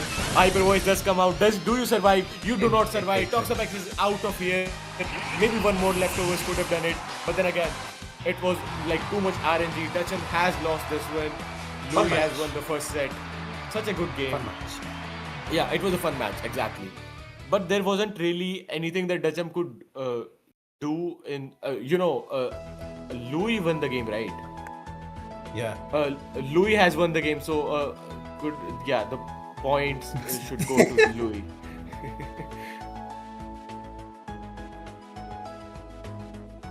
Yes, Louis won the game. Dutchum lost the game. Dutchum has lost the game, so it is 1 for Louis and 0 for Dutchum right now. Wait, we did the opposite. Dutchum lost the game. Dutchum has lost the game.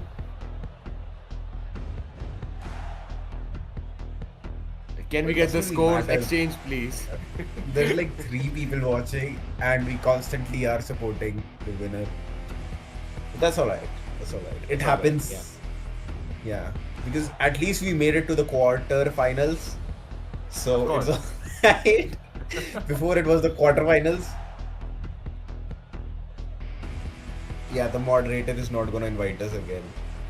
This is the last stream that he's going to make us do for this channel. Okay, so what can be the lead here? I believe that leading both modes that are the leading both modes that are weak to Garchomp can be really hurtful to this Dutchum. So he has to, switch it up. Maybe bring a Mon that is strong against Garchomp. Do something about it. But he didn't do that. He did exactly what I said. It's the same lead. And do you lead with Garchomp? See, he leads with Garchomp. He learns from his mistakes. Louis is doing really good here. Wait, didn't he start with the Garchomp the last turn too? No, he did not. He started with Gambit and then he switched the Gambit out for Garchomp. Right. Yeah. Garchomp looks so cool. Yeah, exactly. It is a really, really cool. It used to be my favorite Pokemon for a very, very long time now. Okay, we see the Mega Aerodactyl coming here. We go for a Tailwind and an Earthquake. I hope he protects, man. I hope he protects, actually. Because last time, the Blaziken could not really do anything on the field. They just went out like if we switched out the Mega Blaziken into the Mega Frostlass, this would have been a slightly okay, we see the Fake Out. Finally, we see the Fake Out. And the Poison Touch poisons the Garchomp. He is so lucky. It happened last time too. This is so crazy. And the Tailwind comes out. Okay, you can stop the Garchomp, but you can't you can only stop one thing, either the Earthquake or the Tailwind. And the Close Combat coming out on the Garchomp. Does it take it down? It does not. It doesn't. Survives. And the Poison will not take it down as well. It will survive with 1 HP, I think. Ooh, no, and it goes down. It goes down. Garchomp is out of here. Roll. Exactly. Blaziken gets a speed boost. You another protect. Another protect should give him another speed boost. Exactly, but then Tailwind is up, so he needs 4 speed boosts in order to successfully outspeed this Aerodactyl. Outspeed the Aerodactyl, yeah. Aerodactyl will stay the fastest for next 3 turns at least. So Sylveon is out here. Okay, Sylveon is out. So what are you trying to do with Sylveon? Maybe Hyper Beam the Blaziken because it cannot get more speed boost or it will be too broken. Sneasler can take out the Sylveon with Poison Sylveon, but then it is under Tailwind, so Sylveon will be faster, but it can't really do anything to Sneasler unless it just hyper beams it. And we can see a rock slide coming from Aerodactyl right now. So Blaziken protecting is the best thing you can do here because either ways it will go down. But okay, will a Toxapex come out? And it does. Yep, So the stall begins here. is coming out. And this is actually good for Dutchum, I believe, because he took too long to set up Toxapex last time. It could not really do anything because of that. So I think this is good for Dutchum. He brought out Toxapex right now. This will not do anything to it. Toxapex is really bulky. This did very less. Because it's stab plus the ability. I'm surprised he went and the for leftover. And the speed boost again. And I think it successfully outspeeds the Sylveon right now, the Blaziken. So it can just go for a Flare Blitz, I think, into the Sylveon. And that will do a lot of damage. Plus Toxic or Infestation. Infest the Aerodactyl. And yeah, the next turn I you can think talk that too. Right? Infest the Aerodactyl. Yeah. Let the You Blaziken can do go for a his close play. combat into the Aerodactyl, but then again, this Blaziken is -1 right now because it went into close combat into the Garchomp. So a Rock Slide can be it for this Blaziken. So yes, this is a very good choice to switch him out. out. Because one Rock The Slide speed could be the boost. end of it. Okay, he goes for a dual wing beat. Yeah, this could have been end for the Blaziken too. This was a very good switch in and out for Dutchum. It was a really good read. Do we see Hyper Voice? We are seeing this will do a lot to Gambit. Gambit is almost out. One more Hyper Voice and Gambit will be out of here. And finally, we see the Toxic shenanigans in the game. Toxic But has why? gone out. I on would the start with Aerodactyl. Infestation, right? You would start with Infestation. I agree, but then he does not want Aerodactyl to stay on the field because of the Tailwind is going out next turn. So basically, Aerodactyl has to stay on the field, right, to keep up the Tailwind. Must be So he done. can't really switch out anyways. So and the poison build. So it is a really smart move from Dutchum because poison buildup will increase. So the earlier you poison your target, the better. Makes sense. Yeah. Both of them are thinking. And I am also thinking. This is a really good. This is a good match. Exactly. A So the wide Wide Guard is guard. coming out, saving from the Rock Slide. Hyper But Voice. I don't I- believe he goes. He does go for the Rock he Slide. does. This was a perfect read from Dutchum's side. Oh my god. I He hope just it's a wanted- Hyper Voice. I hope it's Hyper. a And it's a Hyper Hyper Voice. Voice. It's a double protect from one Crazy side. man. This was a crazy Countdown Wide is Guard. This still was a out. crazy read from Dutchum's side. The Iron Head coming on with the Sylveon. This will He take down the takes him Sylveon. out. Dutchum with a Beautiful. crazy comeback, coming back into the Beautiful. game. That was so This- He'll utilize his Toxapex so nicely this time. Aerodactyl is hurt by poisoning and Infestation might be coming out next because he has to stay in for the Tailwind to go up again. And we see the final Mon out here. We see the Gambit. So I think you just you can't Gambit really has poison two the fallen right Gambit. now. I think you cannot get your Blaziken in right now. So you might want to get maybe Sneasler in. I think for Dutchum, he just sacrifices his Gambit right here and then gets Sneasler in to take care of the opposing Gambit. That's the one thing because of the close combat. Yeah. Low kick. Low kick. takes This out is the actually Gambit. perfect for Dutchum because he can just bring in his Sneasler now. I think So this the was a free calculated switch. KO from his side. And Infestation comes out. He can't really go out right now. And then I think even with Tailwind, Sneasler is faster than Gambit because Gambit is really slow anyways. Right. But then it also has the threat for dual wing beat from the, Aerodactyl. So would you rather? Is this a I- forfeit? I think you fake out. I think you should not. Yeah. I think you fake out the Aerodactyl this turn, so he can't really do anything to you, and then it just. I mean, you can. But the Sneasler you does not can't- have a focus sash. That's true. But I don't think. Does not have- I mean, even if Gambit kills the Sneasler, then just this Blaziken just comes in, right? So he has a lot of Yes, options. exactly. Dutchum has a lot of options right now. Flash that couldn't So move, that it can just flinch goes it. down to the poison and that. Okay, Cow Cleave will not kill. This is Does actually really nothing. good for Dutchum. He can go for another, Infest. Infestation also comes out. Exactly. This is really good for Dutchum. I believe he should have gone for the Cow Cleave into the Sneasler. That would have benefited That's him what I was more. thinking. That's what I was thinking. He could have survived a few more Toxapex turns. doesn't, Because and Toxapex doesn't really have to do anything right now because this Aerodactyl does get killed by poison, right?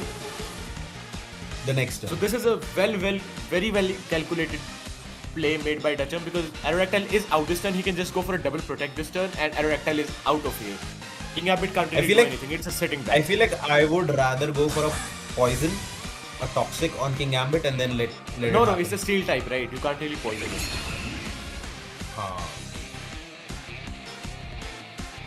Yeah, Steel and type then seems to be Aerodactyl so goes cool. out right now. Now even if this King Gambit sucker punches the Sneasler, Blaziken can come in and sweep the Gambit. So it's really done, bro. Dutchum has won this game. It's done, bro. Yeah, exactly. This was such a brilliantly played game from Dutchum, I believe, because bringing in Toxapex early was such a great play made by him. Because last game, this was the only problem that Toxapex came in too late and could not set up the Toxic and Infestation. But this time he fixed that, learned from his mistakes, and did a really good job.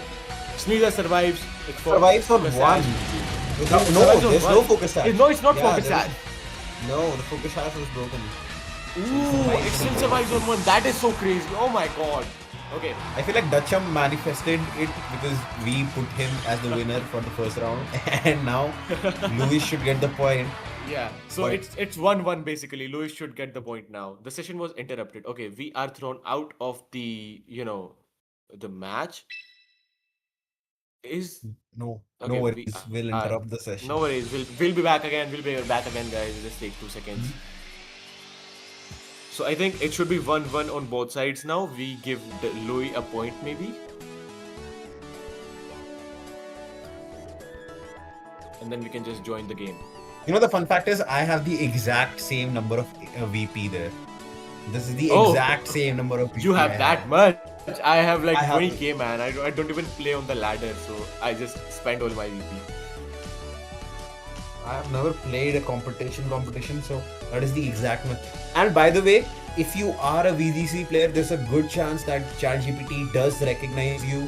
So you should type in the name that you give on Limitless, and it will pull data from Limitless, and then you'll get it. So if you are a VGC player, then please ChatGPT yourself and you'll find yourself on ChatGPT, which is a cool trick to show your friends how unemployed you are on random weekends. Yeah, that's true. Because I searched my name and I found myself. So And you can do I that too. also searched my name and I was there. See, but he's a I've never nobody played and a tournament. still found I- his name. I am a somebody. Okay, so it found my name because I'm on Code Forces. So I'm a competitive programmer. So I'm not a nobody, but I'm a nobody in the Pokemon scene. But it still found me. No, I'm just But kidding. you know Man, the I'm just funny thing kidding. is, yeah. But the funny thing is, it hallucinates. So if I search on ChatGPT, do you know typical WVGC? It says I'm a content creator. I've never made content in my life, but it does give you. It does give you Yeah, some you're a credit. caster, so I think it does consider that you are casting a few tournaments. You know, the first time I asked it, I had never casted before. So it just gave me as a random hallucinated thing about me being a content creator. That's crazy, man. And I kind of do run your I think it account. just wants you to make feel good about yourself because you're a nobody, that you are something. You know, nobody likes you, right? You know, nobody likes you. Jira Soda, did you post our last casting on your Instagram? I haven't posted actually anything after our last casting, so I will do that. No worries. I post this one also. Yeah, Clip this. I will do that. Somebody Of clip course. this. Somebody There clip have been this. some great plays in this in this There have been a tournament, so lot of I will great, definitely yeah. do that. That said, Toxic Okay, so we are shenanigans in waiting VGC. for the next match. When will it begin?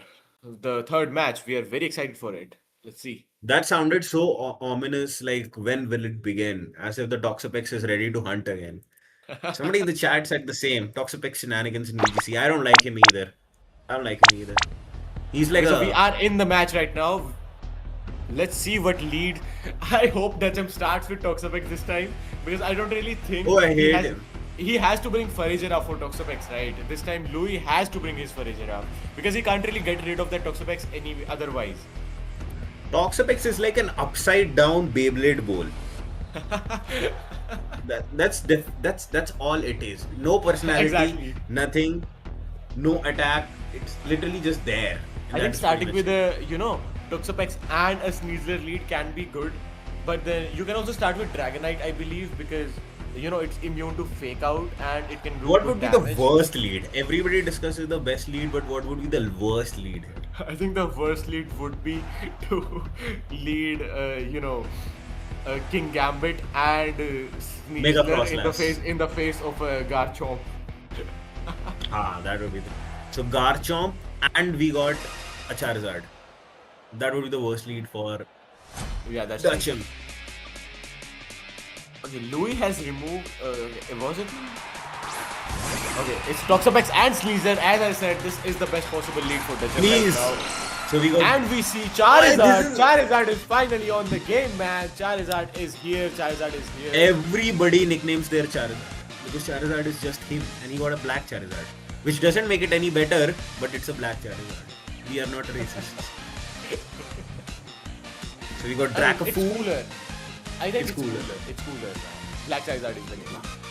How The do you only pronounce reason this? I liked X at the start more than Was because he was Y version black. is because it was black, man. Black is so cool. Same. Just- Everybody does. The black shinies on every Pokemon is so cool. The Okay, reason so- why I liked Mega Charizard X was because of Red. Red's Mega Charizard was. Yes, Mega Charizard X was cool, very cool. Okay, we are seeing This the is Garchomp exactly what we out here. discussed. This is a Charizard, a Garchomp, and on the other side we got the Sneasler. Toxapex and and Toxapex. Sneasler. This is Okay, do we exactly see a what we heat wave discussed. coming out from this Zard? Let's Nah. see. I think you should really infestation the Zard here. We see a fake out on the Garchomp, but that doesn't really matter. He got a. Oh my god, this poison touch is going This is the crazy. It's a third 3 poison on touch. 3. 3 on 3 poison touch. Oh my god, the luck is crazy, man. I think Sneasler goes It down. doesn't Oh, take out Sneasler does both. not drop down to the sash. Does not go down. 8%. Okay, infestation on the Zard is coming out. Zard is now stuck on the field. Toxapex is just Baneful Bunker, stay in every time. Zard is Doesn't never really stuck matter. on the field. Zard belongs on the field. He is there by choice. Yeah, you can go all you want, man. One Toxic. Zard is there because he needs to be there. Watch him sweep. Watch him sweep. Dracofoo, Yeah, I let's believe see, in let's you. What Dracofoo? Dutchum, I believe you knew, my boy. Toxapex, I kill believe this guy. in Louis. Toxapex cannot do okay, but how do you pronounce it? You remember what happened last match, right? On the next episode of Dragon Ball Z, we will see Dracofoo absolutely destroy Jirasoda. Okay, Protect let's see. my boy.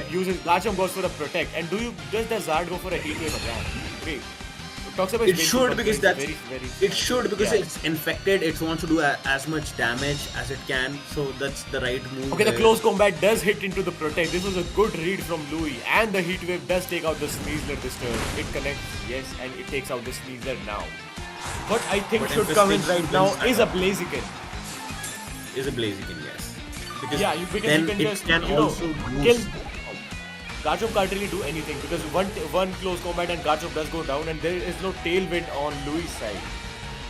You You're can right. capitalize on that. Frostlass! There's a Oh my Frostlass God. coming out, and we see a Mega Frostlass this time. Oh my god! Yeah, we can see a Mega Frostlass, and the weather will be turned against.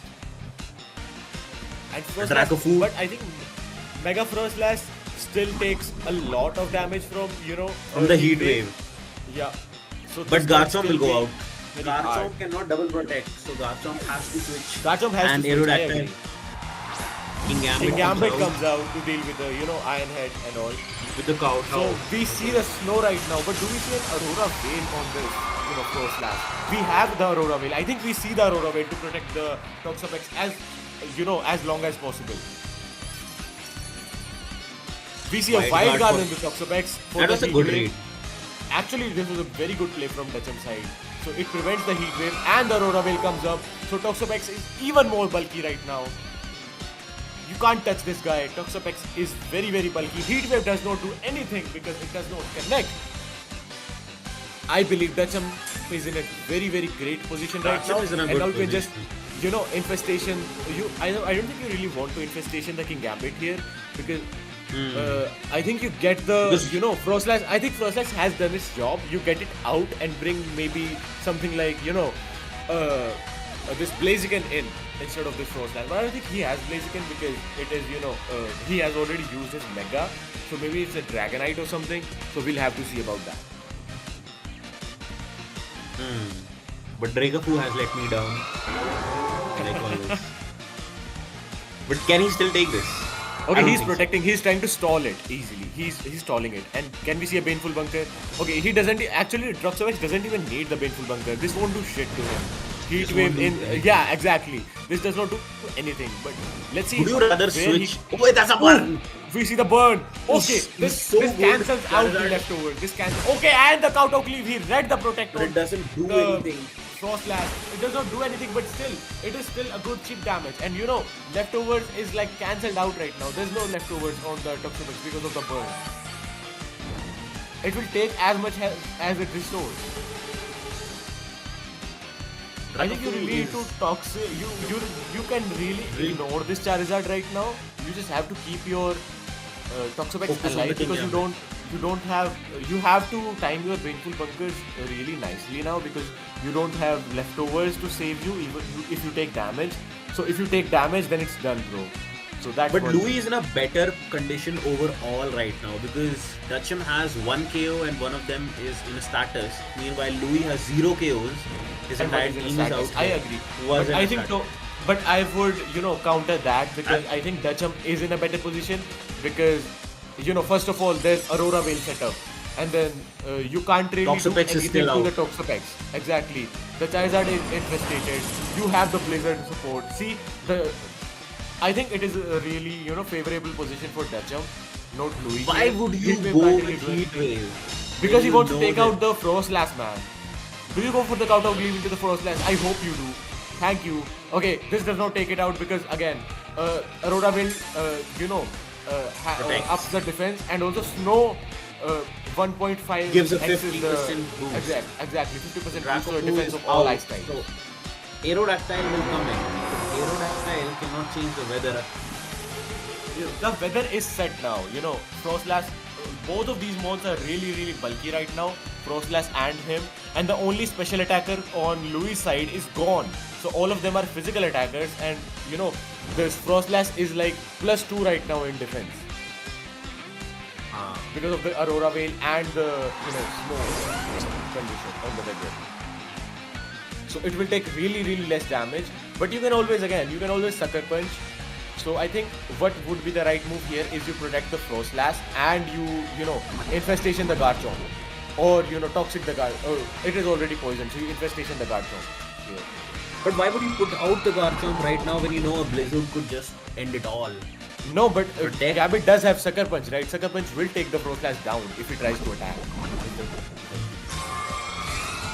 So Frostlash can't really attack here unless this King Gambit goes down. See, he goes for the Sucker Punch. He's confident in that. And the Stomping Tantrum comes out on the Toxapex. It takes it down! Stomping Tantrum takes it down. It's a crit! Oh my god! The defenses did not matter. The screens did not matter. It just took it out. Louis just might win this. Oh my god. Louis will win this. I think Louis will win this right now because, man, what was that? That was a very unfortunate crit for Dutchum, man. It was going so well for him. Everything was set up. Now we just need Chateaus and I feel like King Gambit can protect. Frostlash is stuck here. Frostlash can't do anything because if he tries to attack, it just goes down to Sucker Punch. Another Sucker Punch and an Earthquake to take out everybody with the punch. Yeah, I agree. Because you still have a perfectly healthy Aerodactyl in the back. And there's a perfectly healthy King Gambit too, but then this King Gambit is really weak to this Garchomp right now. So it can't even stall the poison because it's a normal poison, not a toxic one. So the damage does not build up. So we'll have to see what happens here. I think Frostlash goes down nonetheless because Frostlash can't really do anything. But it goes for a sucker punch again. Okay, it goes for a dragon claw into the Frost Lash. That is Why? okay. Maybe it predicted that it will go for a protect. That is why. And this King Gambit brings it down to red almost. What do we see this King Gambit do now? Counter key. I don't think this will do much. Yeah. Do nothing. Exactly. Both of them pick the wrong moves. But I think this is again more favorable for Louis anyways because the Aurora Veil is also gone right now. And you know, Frost Lash does go down to another sucker punch, and Garchomp is again the fastest thing on the field, so you can just go for an Earthquake and protect. Yeah. Wait, how is Garchomp the fastest? Shouldn't Mega Frost Slash be the faster one? Mega Frost Slash is much faster. Oh yeah, Mega Frost Lash is fastest, but like, it cannot attack, right, because of the sucker punch. Yeah. So it can only set up something if it wants to, but that also it cannot because it can only The use snow Shadow is out. Ball maybe. Yeah, because there's no snow out. So Louis has won this, and this Almost, is all because of I would Draco. say. No, but he can. Dutchum can go for a double protect right here and pray that the Garchomp goes down to the Very poison. unlikely. Very unlikely. But Very unlikely, but last time I think You it can't went really down do with much. 11 HP. Okay, Garchomp is also protecting. Okay, that is something. Sucker punch on the Frost Lash. Frost Lash is out of here. The only King Gambit left on the field right now. Let's see who this King Gambit went for. If it is a count of Glee, oh, it is a sucker punch too. Okay, it failed. Okay, I think this is over for this Gambit. The Garchomp survives on 4%. Yeah, this is ended for Dutchum right here. Dutchum Good had run a good for Dutchum. He started so strong with the Toxapex, right? the He second had set such was a lead. beautiful. Exactly. The second set was He started beautiful. so strong with the Toxapex. The second set was beautiful because he chose to bring in the Toxapex early to set up his shenanigans and all. But But it was what such a does this well played prove? game by both of these. This proves that Charizard wins every single time. Yeah, you can shut your mouth. Toxapex isn't shit. Charizard wins. We clear the team Nah, man, Charizard slot. Toxapex would have won. That's fine. That's fine. Both of these players played really nicely, and They were Louis beautiful. has moved on to the top four to the semi-finals of the tournament. Unfortunately, Dutchum has lost this, but he played so nicely. So everybody, let's write W's for both of the players. Let's go. Both of them played so nicely, and we'll come back to you guys in a while with the next match.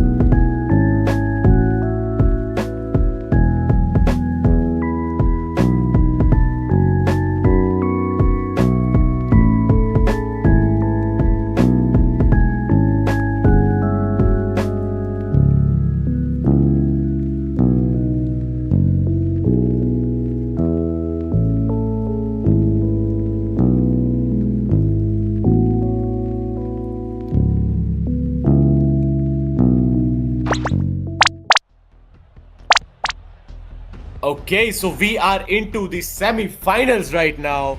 So we are watching Bird VGC and Jumhigh. Jumhigh is, we can call him Jumhigh. So what do you think typical about their teams? I feel like Bird High, we've discussed them before. That's a nice Big Sick team. Jumhigh on the other side. I feel like she's actually Jumhigh on the team sheets. I feel like she's made a typo on the other place, the champions. She also has the Big Six. It's just 6 versus 6. In fact, it's so 6 versus 6 that both of them started with the same the thing. exact same lead and the exact same teams. That's so crazy. Both of the Big Six.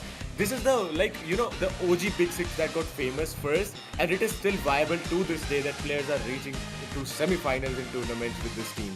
This is so crazy, and it's the same lead. Let's see what these two players will bring to the table right now. They need to counter each other, but then again, in tries of doing that, they have begin with the same lead on both the sides. The Mega, obviously. Do they have the exact same team? I guess. They have the exact same team. Okay, let's see. I think it's a speed tie for everything on everything. Both need to set up the tailwind. So let's see. Whoever goes for the Light of Ruin first wins. Oh, there is no tailwind from Jumhigh's side, and the Floyd goes out. Why did he not go for a tailwind, man? This is a pretty obvious move, I think. He goes for a Moon Blast into the Whimsicott. This will not do anything to it, though. Oh, that did a lot. Surprising. Special attack invested Whimsicott, but still, that does not matter. The Queen is gone. The main, because this Floyd can again Light of Ruin into any other mon and one hit it, except maybe King Gambit and Charizard. Even I think King Gambit dies to the Light of Ruin. King Gambit is out. There's no tailwind. They're faster. You can Sucker Punch the Whimsicott, but that's all you can do here, because I seriously think that he should have gone for Jumhigh should have gone for the tailwind of Whimsicott so that he had some chance of winning the speed tie. Yeah, but let's see what happens. Let's see what happens right now. I feel like this same match is going to repeat 3 times with the other person making the same mistakes. Because they have the exact same. Exactly, they have the exact same teams. They know each other in and out. So it will be very interesting to see how they play. Do they have the same moves as well? I guess, man. And the Whimsicott used Encore, and it is protected. Completely red Bird VGC right here. And we see another Light of Ruin coming from Floyd. Does it take the KO? Does it take the KO? It does take the KO on the Gambit. Oh my god. And the Floyd does go down with this. But then again, it took down 2 mons with it. The Floyd and the fair Gambit. trade. That's a very, very big fair trade. This is a very, very, very fair trade. This is actually very in favor of Bird VGC. I think this is the last type match of that things that Drake used to make music about. Fair trade. The last Garchomp match versus Garchomp. It's the same thing. It's the same thing. It's the same thing. But then again, the other Whimsicott has the speed advantage and can go for a Moon Blast into this Garchomp, so that can be really bad. But let's see. Okay, it goes for the Encore, and then now it is stuck doing Protect, which will fail. It can't really do anything else. The other Garchomp is very, very safe right now. Oh, is it a Scarf Garchomp on this side? This is such a sweep. It's a Jolly Nature Life Orb. It's a Citrus Berry Garchomp. How was it faster then? I think the other side had the tailwind up. The battle has ended due to a forfeit. Obviously, because this was the sweepiest of sweeps. This was like a sloppy No, did sweep. some problem happen? No, why would a problem happen? Man. Because 3 of the mons were down. The tailwind was still set up. Bird had the advantage. Floyd was down. 3 were up there. Okay. So this was, I think it was just intentional. too early for him to forfeit. But if you really think about it, it was his last one. One last Whimsicott. But you could try something. But Because the last match that we watched Bird VGC, he really relies on his, light of ruin damage. He just wants to delete enemies out of existence because he was doing the same to his last opponent too. So I think Jumhigh really needs to take that into consideration while making plays now. I feel Jumhigh needs to bring out the Charizard. Yeah, he has to bring out the Zard. I mean, that is really good. King Gambit is weak. Whimsicott is weak. You can pretty much take out the Light of Ruin Floette if you play your moves right. You got Weather Ball, Heat Wave, Ancient Power for the other Zard and Protect, which I really love. I love Ancient Power Zard. And the others... Yeah, exactly. Because Ancient Power, it just obliterates the other Zards. So Jumhigh needs to bring out the other Zard for Zard protection. Okay, Whimsicott and Garchomp. Okay, there's no Floette lead this time. And we see a Whimsicott and Floette lead. I think then Jumhigh has a slightly better lead here. And then I think he learns from his mistakes and sets up the Tailwind first. But let's see. But who will you take out? For example, if Jumhigh sets up a Tailwind and Light of Ruin into the Garchomp, Garchomp reads that, protects, counterbalances the Tailwind. You do not go for Light of Ruin actually into the Garchomp. You go for a Dazzling Gleam because I think that is enough damage for it to take out the Garchomp. Dazzling Gleam does take out the Garchomp. Spread. Yeah, you're right. Let's see what these players do. Because they are really into each other's minds right now. They know each other's things in and out. We have to see what they play now. I feel like we are also in their minds because of how extremely because of how common this team is. Yeah, exactly. We know this team in and out. He learns from his mistakes, like I said. And this is a speed tie now between the Whimsicotts. So whoever can encore first wins this. Okay, Rock Slide comes out first. Does it flinch the Floette though? We have to see that.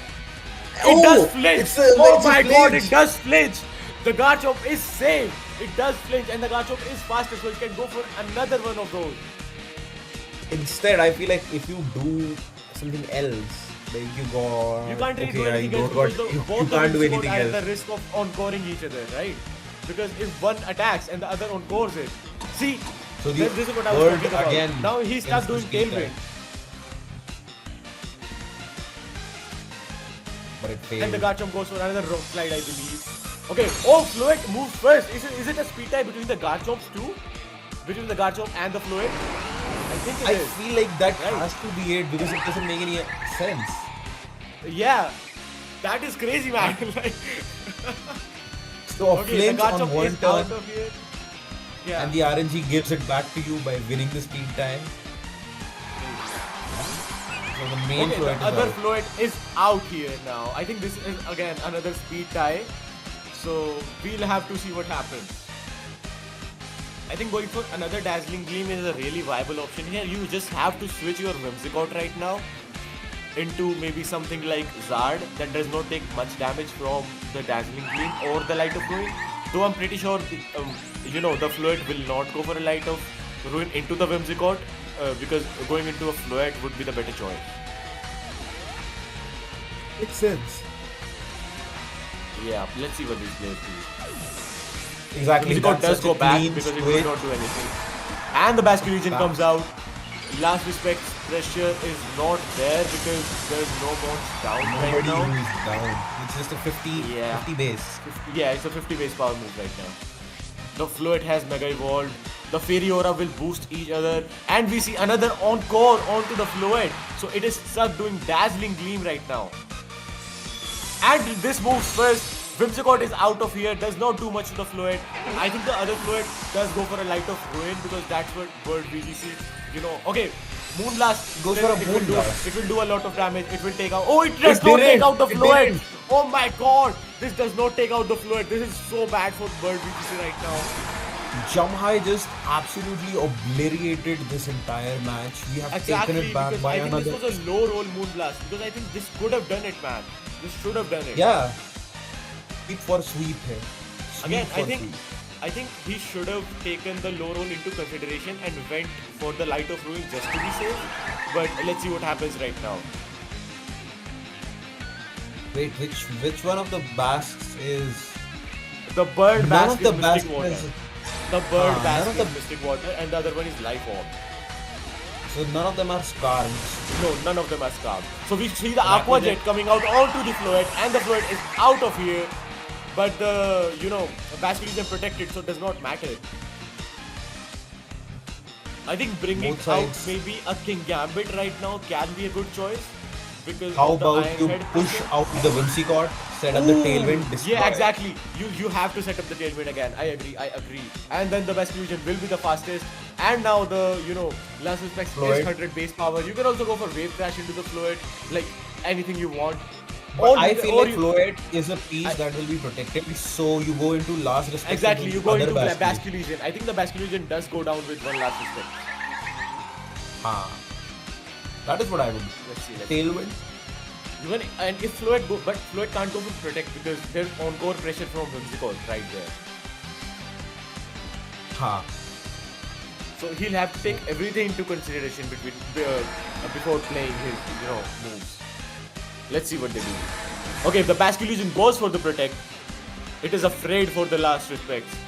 We set up the Tailwind again. What How does the this hell did that Basilisk guy do? read the caster?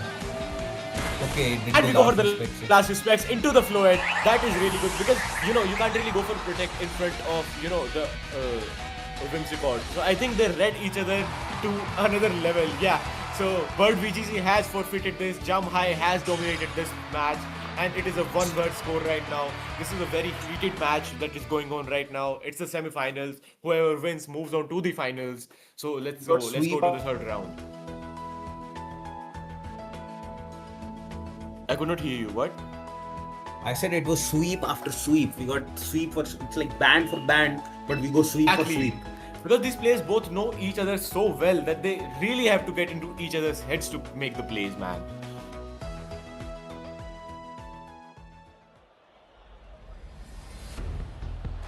What will be the lead this time? I think it's really up to them, man. I think, Whimsicott Floet lead is the standard one because Floet can just delete everything after a tailwind.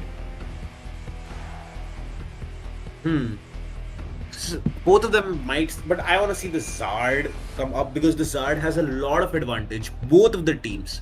So I'm do not agree. sure why are they not using it because Zard Because directly counters Whimsicott and Floet is the standard lead, but the only thing that can counter that is a Whimsicott and a Zard lead.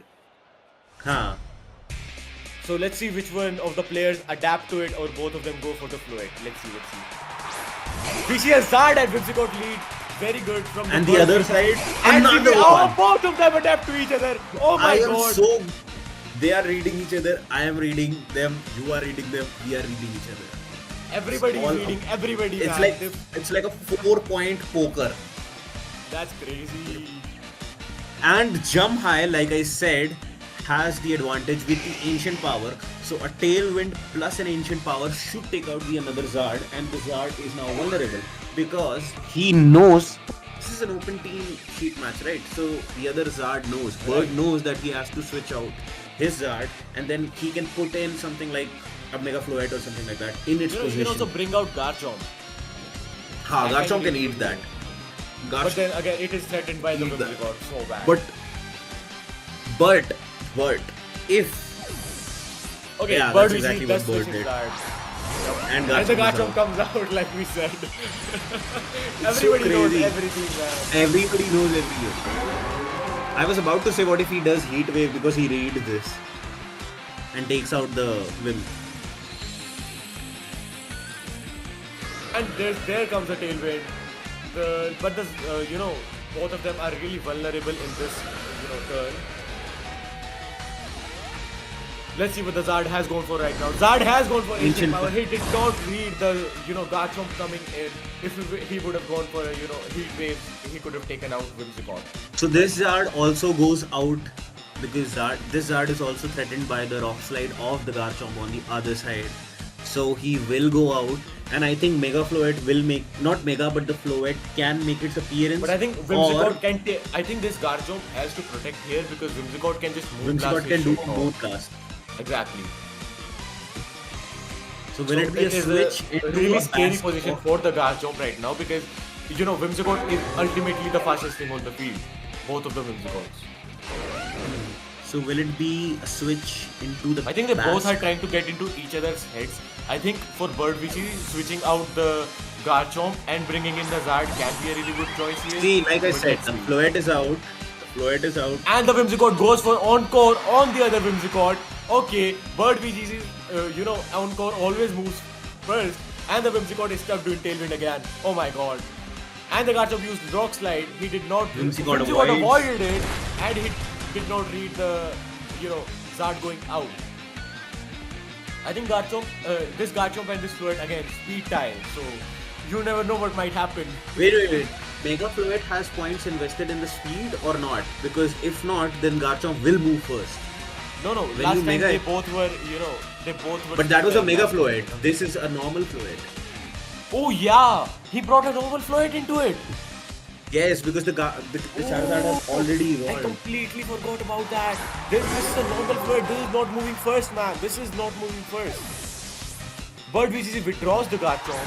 What? And They're the Zard reading comes each out. other. They're reading Oh each my other like God. crazy. He brought the Zard in so that he could take care of the Zard that's coming out from Bird VGC's side. This match is going so crazy, man. What? This is such This a does good not match. do anything to the Zard.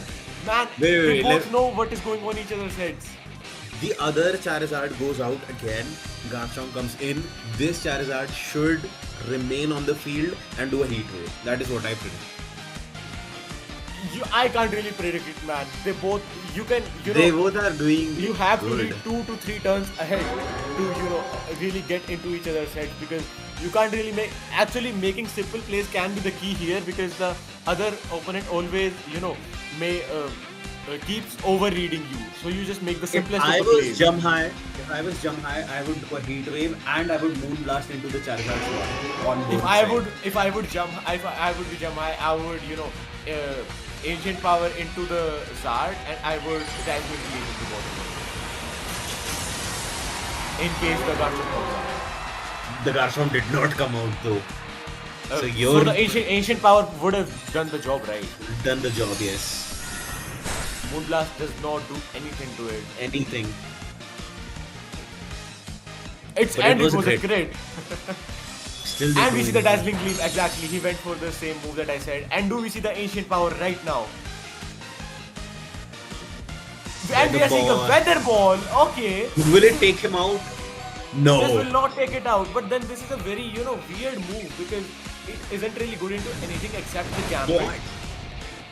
Why would you do a heat wave there? Okay, maybe because so I predicted half of it and you predicted half of it, but I Yeah. feel everybody is now confused. We're too much into everybody's head. I don't even know which Zard is moving until they have moved.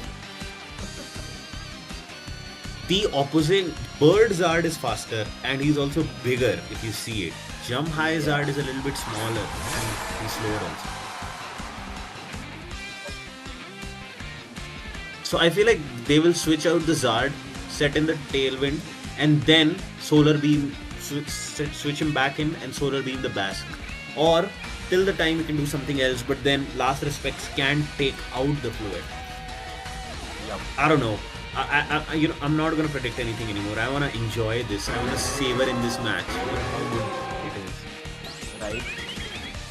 I'm just gonna watch them play, man. This is honestly, Yeah. You can't predict this match. This This is too peak. much. Peak versus This is peak. Zard staring down Zard. Okay, the Aqua Jet does come Zard out and goes take out out. the Zard. Finally, one Zard is out of here. And what do we see here? Do we see a light of ruin into what? Into the Zard? I don't think this kills, right? This does not This kill, of doesn't. course, because it's not a Mega Fluid, man. There's no Fairy Aura. There's nothing. And we see the Weather Ball into the Fluid. This does Which take the will Fluid take down out the easily. Fluid out. Easily, this does take the Fluid down. Bird VGC is in really good position right here.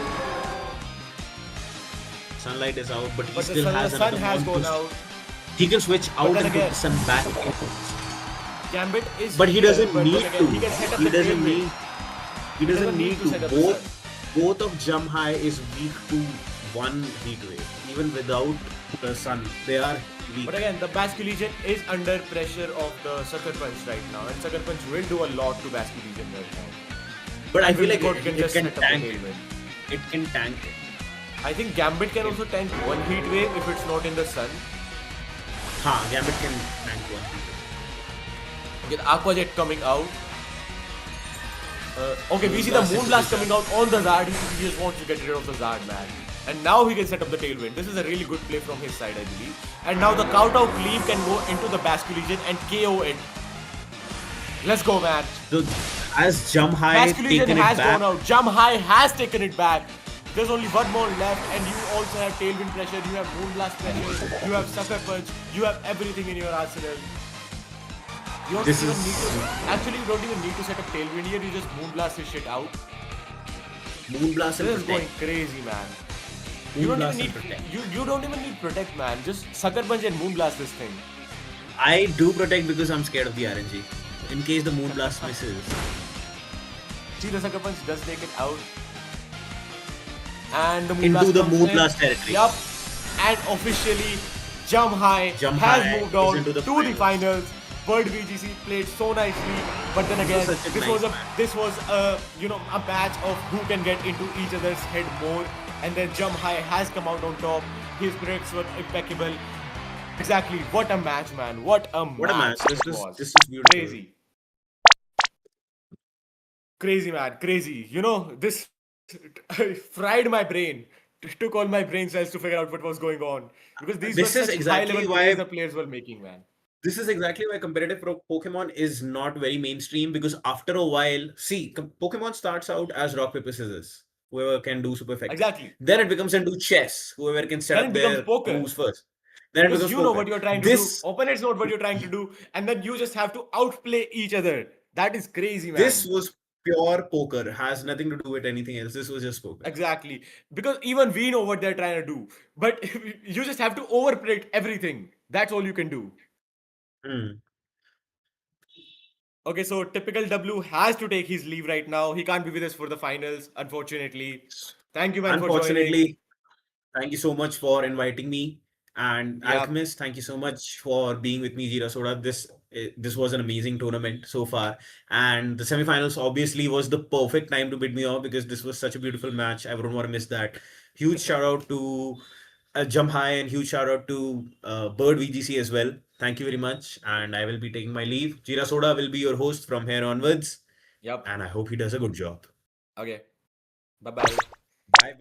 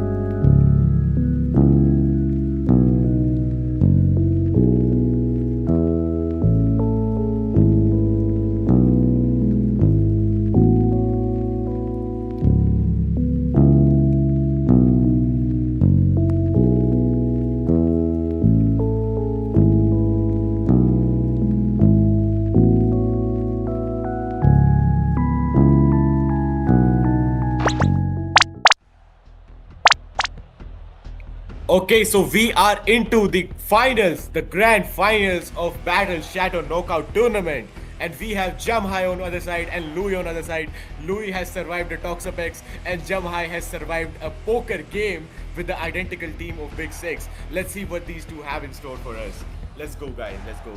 Let's see what their leads are. We will see what they plan on bringing to us right now. They are taking a lot of time in choosing their leads, because again it is a very high stakes game. Let's see what they bring.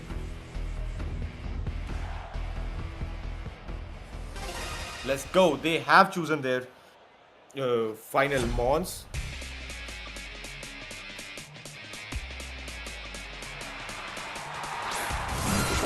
Okay, we are seeing an Aerodactyl and King Gambit lead from Louis' side. And it's a Basculegion and Whimsicott lead from that side. Let's go. Okay, the Whimsicott immediately can go for Tailwind right here. Exactly. Good luck both players. Alpharax, good luck. Good luck both players. Exactly. We are rooting for both of you. You both have strived so hard to be here. All the best, guys. Let's go. Whimsicott, I think, can go for a Tailwind right here because it will be faster than the Aerodactyl. But then again, Aerodactyl is ultimately the faster mon inside Tailwind. But I think Basculegion can go for a Wave Crash before, Aerodactyl goes for a Tailwind, is the thing. Let's see what happens. Does the Wave Crash go first into the Aerodactyl or does the Tailwind set up first? Okay, we are seeing a Sucker Punch into the Basculegion. I did not even consider that. And it is left at 6% HP. It survives. And we are seeing a Wave Crash into the Aerodactyl. Aerodactyl is out of here and the Basculegion is out of here. We are seeing a fair trade. But the thing is that Aerodactyl could not set up Tailwind before going out. So now Louis' team does not have any Tailwind on its side. And Jumhigh's team is ultimately faster. So do we see a Floet or a Zard coming out right now? Because it can be either of those. I think it has to be, Floet maybe. Because it will be providing explosive damage. But it's a Zard that is also a really good mon. You can just go for spamming those heat waves and Moonblast. Because you don't really have to set up anything right now. You just go Mega and you just, spam those heat waves. You can even try to Weather Ball the Furry Giraffe for it to, to prevent it from setting up the Trick Room. But we'll have to see because Furry Giraffe is here to, because, Louis did know that if the Tailwind did not go well, he must have something in backup and Furry Giraffe is the backup right here. We see the Megazard coming out. Sun will be set up right now. Let's see if the Furry Giraffe goes for a Tailwind right here. Furry Giraffe goes for a Trick Room right here. My bad. We see the Sucker Punch onto the Zard will not be enough to KO. And will we see the Heat Wave right now? Or do we see a double up on the Furry Giraffe in order for it to not let set up Trick Room? We are seeing a double up on the Furry Giraffe. Jumhigh is really afraid of it. It is enough to kill it. It is enough to kill the Furry Giraffe. Furry Giraffe is out of here. Louis has no form of speed control left. I think this game is almost done from Jumhigh's side. This was such a brilliant start from Jumhigh. He's calculated everything. You can just spam Weather Balls and Heat Waves right now and nothing can really touch you. Whimsicott can also, Whimsicott is also threatened by King Gambit, but then it is ultimately slower and can be taken out by Heat Wave. So, this Jumhigh is in a really nice position right now. We still have not seen the fourth mon from Jumhigh, so we don't really know what it is. So Louis still has, his chance to win. Yeah, it's an NAIC team versus Big Six. We'll have to see what happens. Okay, the Sucker Punch does not kill the Zard still, and the Moonblast. Is it a double up into the Sylveon? If it is, then the Sylveon is out of here. I think it is a double up into the Sylveon. The Sylveon is out. The Sylveon is out of here with the Sun, the Stab, and the absurdly high special attack of Charizard. I don't think there's many mons that can survive that.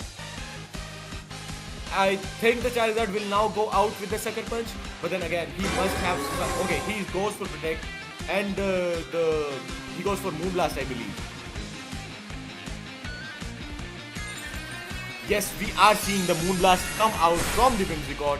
This does a lot of damage, takes out a chunk of its health, and the special attack drop does not matter, but the attack boost does matter right here. The Tailwind is gone, but then again, that does not matter too. So what we can see is a Zard knockout, but then Whimsicott can again target the Kingambit again. Let's see what happens. I think this is a really tricky situation for Louis right here, because Louis can't really do anything except get killed. And okay, the Sucker Punch failed because he did not go for an attacking move. That is crazy. And then Charizard can protect the next turn as well. I think Kingambit has to leave his Sucker Punch behind and maybe go for an Iron Head into the Whimsicott. And maybe this turn this would have been the right play. Okay, the Sucker Punch does come out, but I think the Whimsicott does kill the Kingambit this turn with the Moonblast. And the first round goes to Jumhigh. Such a good game, such a one-sided game, I would say. This was such a calculated and precise plays from Jumhigh. Louis, man, you'll have to adapt to this guy in the next game, or he'll obliterate you next time too. Let's go.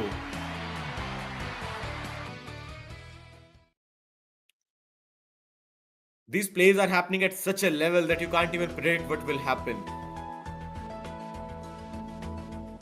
Both of them are ready to battle again, go at it again. Let's go, guys. This can be the deciding match actually of who wins the finals, because if Jumhigh wins this one, he takes it all home. Louis has to do something in order to stop that Zard. The Zard was the biggest threat, and then he might have to bring his own Zard into it. Because I think, and he didn't bring the Garchomp, so I think Garchomp would have been a really nice choice here. But I think that was because he brought Aerodactyl, but you know, it didn't really work out for him. So let's see how he adapts to it. I think Jumhigh can take the same standard lead as he did before, because that was really good.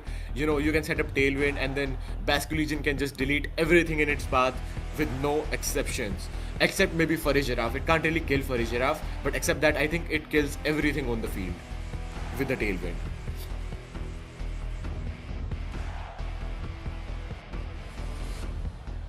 Let's see how these players choose their 4 mons. What are their leads? What will happen?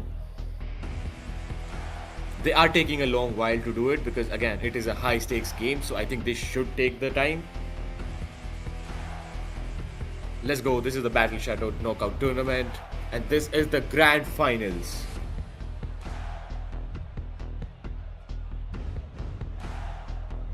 We are just waiting for them to choose their leads. And they have chosen their leads. Let's see what mons they have gone for.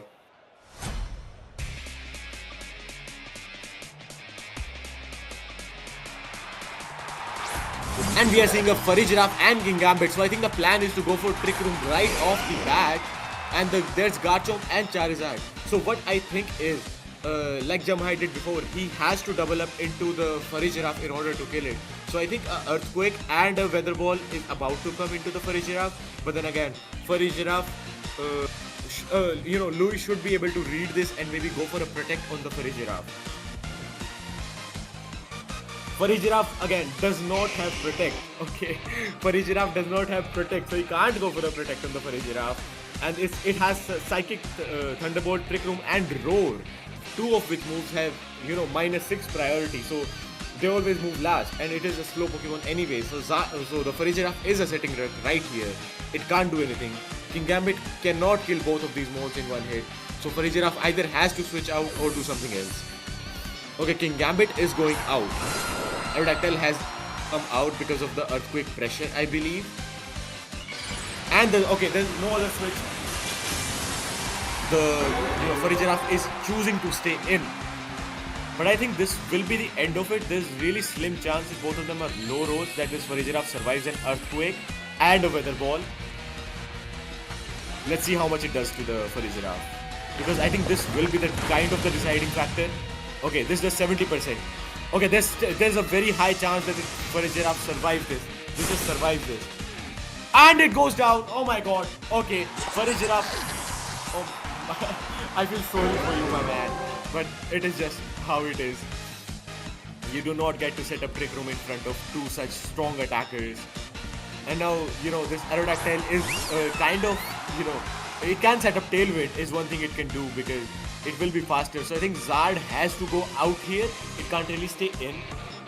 And Garchomp has to, protect maybe because, again, the Sylveon is a really, really big threat with the Hyper Voices.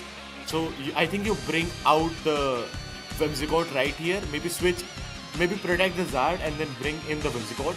So that will be a good choice, I think. But let's see what these players will do.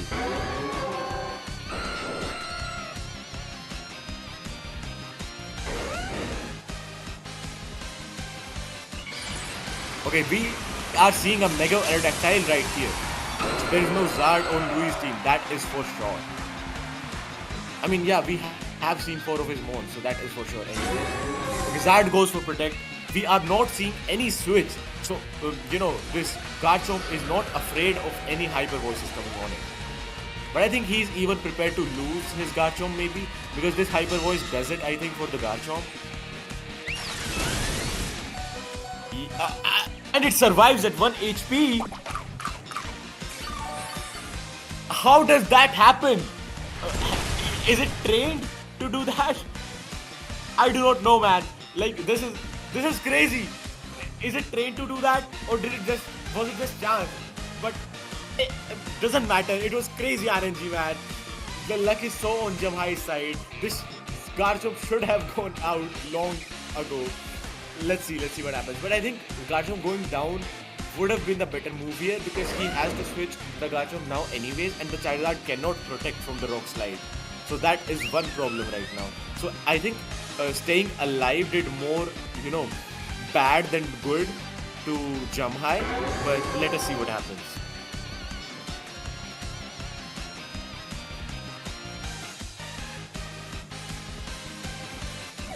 And the Zard is choosing to switch out because of the Rock Slide Terror. That is very understandable. And the Gambit comes out. I think the Gambit takes a lot from the, a Hyper Voice as well, right? It takes a lot from the Hyper Voice, man. Yup, it's down to 40%. And I think the last turn, Jumhigh wanted his Garchomp to go down, and it was very unfortunate that it lived, because he wants to let it die, as we can see. Maybe he wants to bring out Whimsicott right now, exactly, to set up the Tailwind again, and maybe, switch into Zard and do something. Because you can just Iron Head into the Sylveon if you Tailwind, right? So let's see what happens. But then again, Sylveon again poses the Hyper Voice pressure is too high, and then you can even go Hyper Beam in order to secure the KO on the King Gambit. And this Whimsicott is, in the terror of the dual Wing Beat too. So anything can happen in this game. Let's see what these players try to do.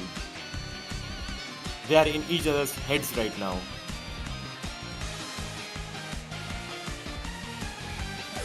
Okay, the Aerodactyl does go out here. Who will be coming in? King Gambit comes out.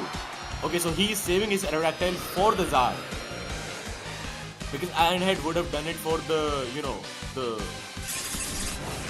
Aerodactyl as well. Okay, he goes for Iron Head into the Sylveon. He is faster indeed. King Gambit is faster than the Sylveon. And it goes down. So this was, I think, a very favorable turn for Jumhigh. He's in a really, really good position right now, even if Garchomp is down. So Louis is down to last of his 2 Mons and the last turn of Tailwind on Louis' side. I still think this Jumhigh's King Gambit is faster than Louis' King Gambit because it was faster than even Sylveon. So, but we'll have to see what happens.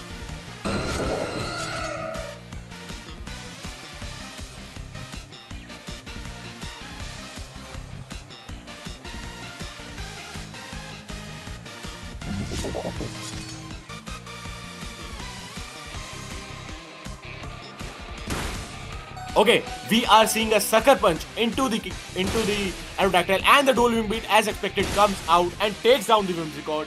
But then again, the Tailwind is ending next turn, and the Charizard is coming out. The Charizard will be the fastest thing on the field, and you can again go for a Sucker Punch.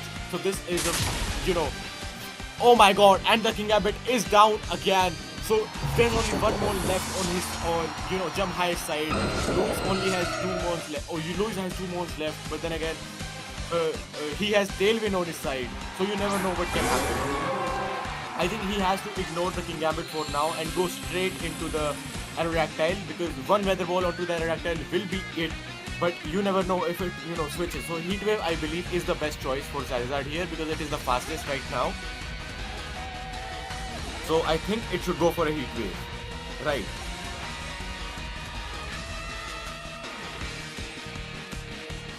And if the Heat Wave connects on both the Mons, I think this is it for the tournament and Jumhigh wins this, but we will have to see if the Heat Wave connects to both the Mons.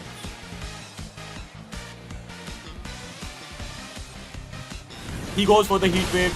It does connect on both the Mons and King Gambit survives over HP, but that does not matter because King Gambit cannot take this Charizard out.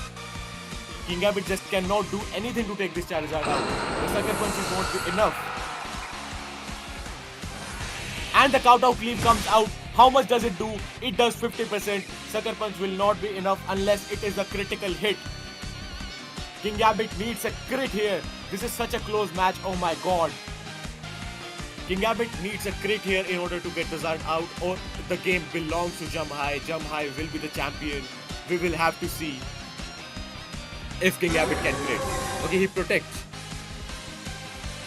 He's trying to stall out the turns of the PP of Sucker Punch maybe. Yeah, I think we have got a winner. But we will have to see if it is a crit. If the Sucker Punch crits, you never know.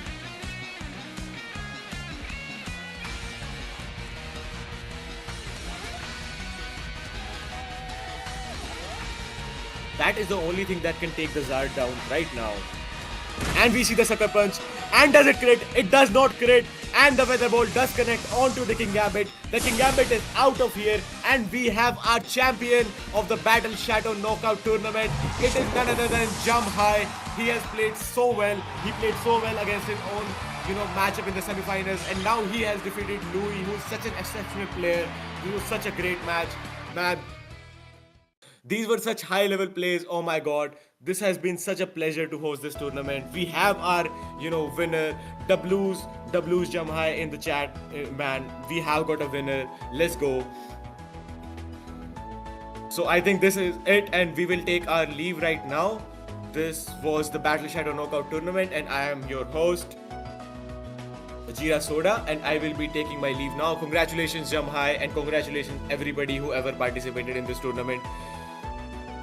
You guys played exceptionally well. These matches were so fun to cast, man. Seriously, they were so fun, and I wish you all the best, everybody, for the future. Thank you for coming.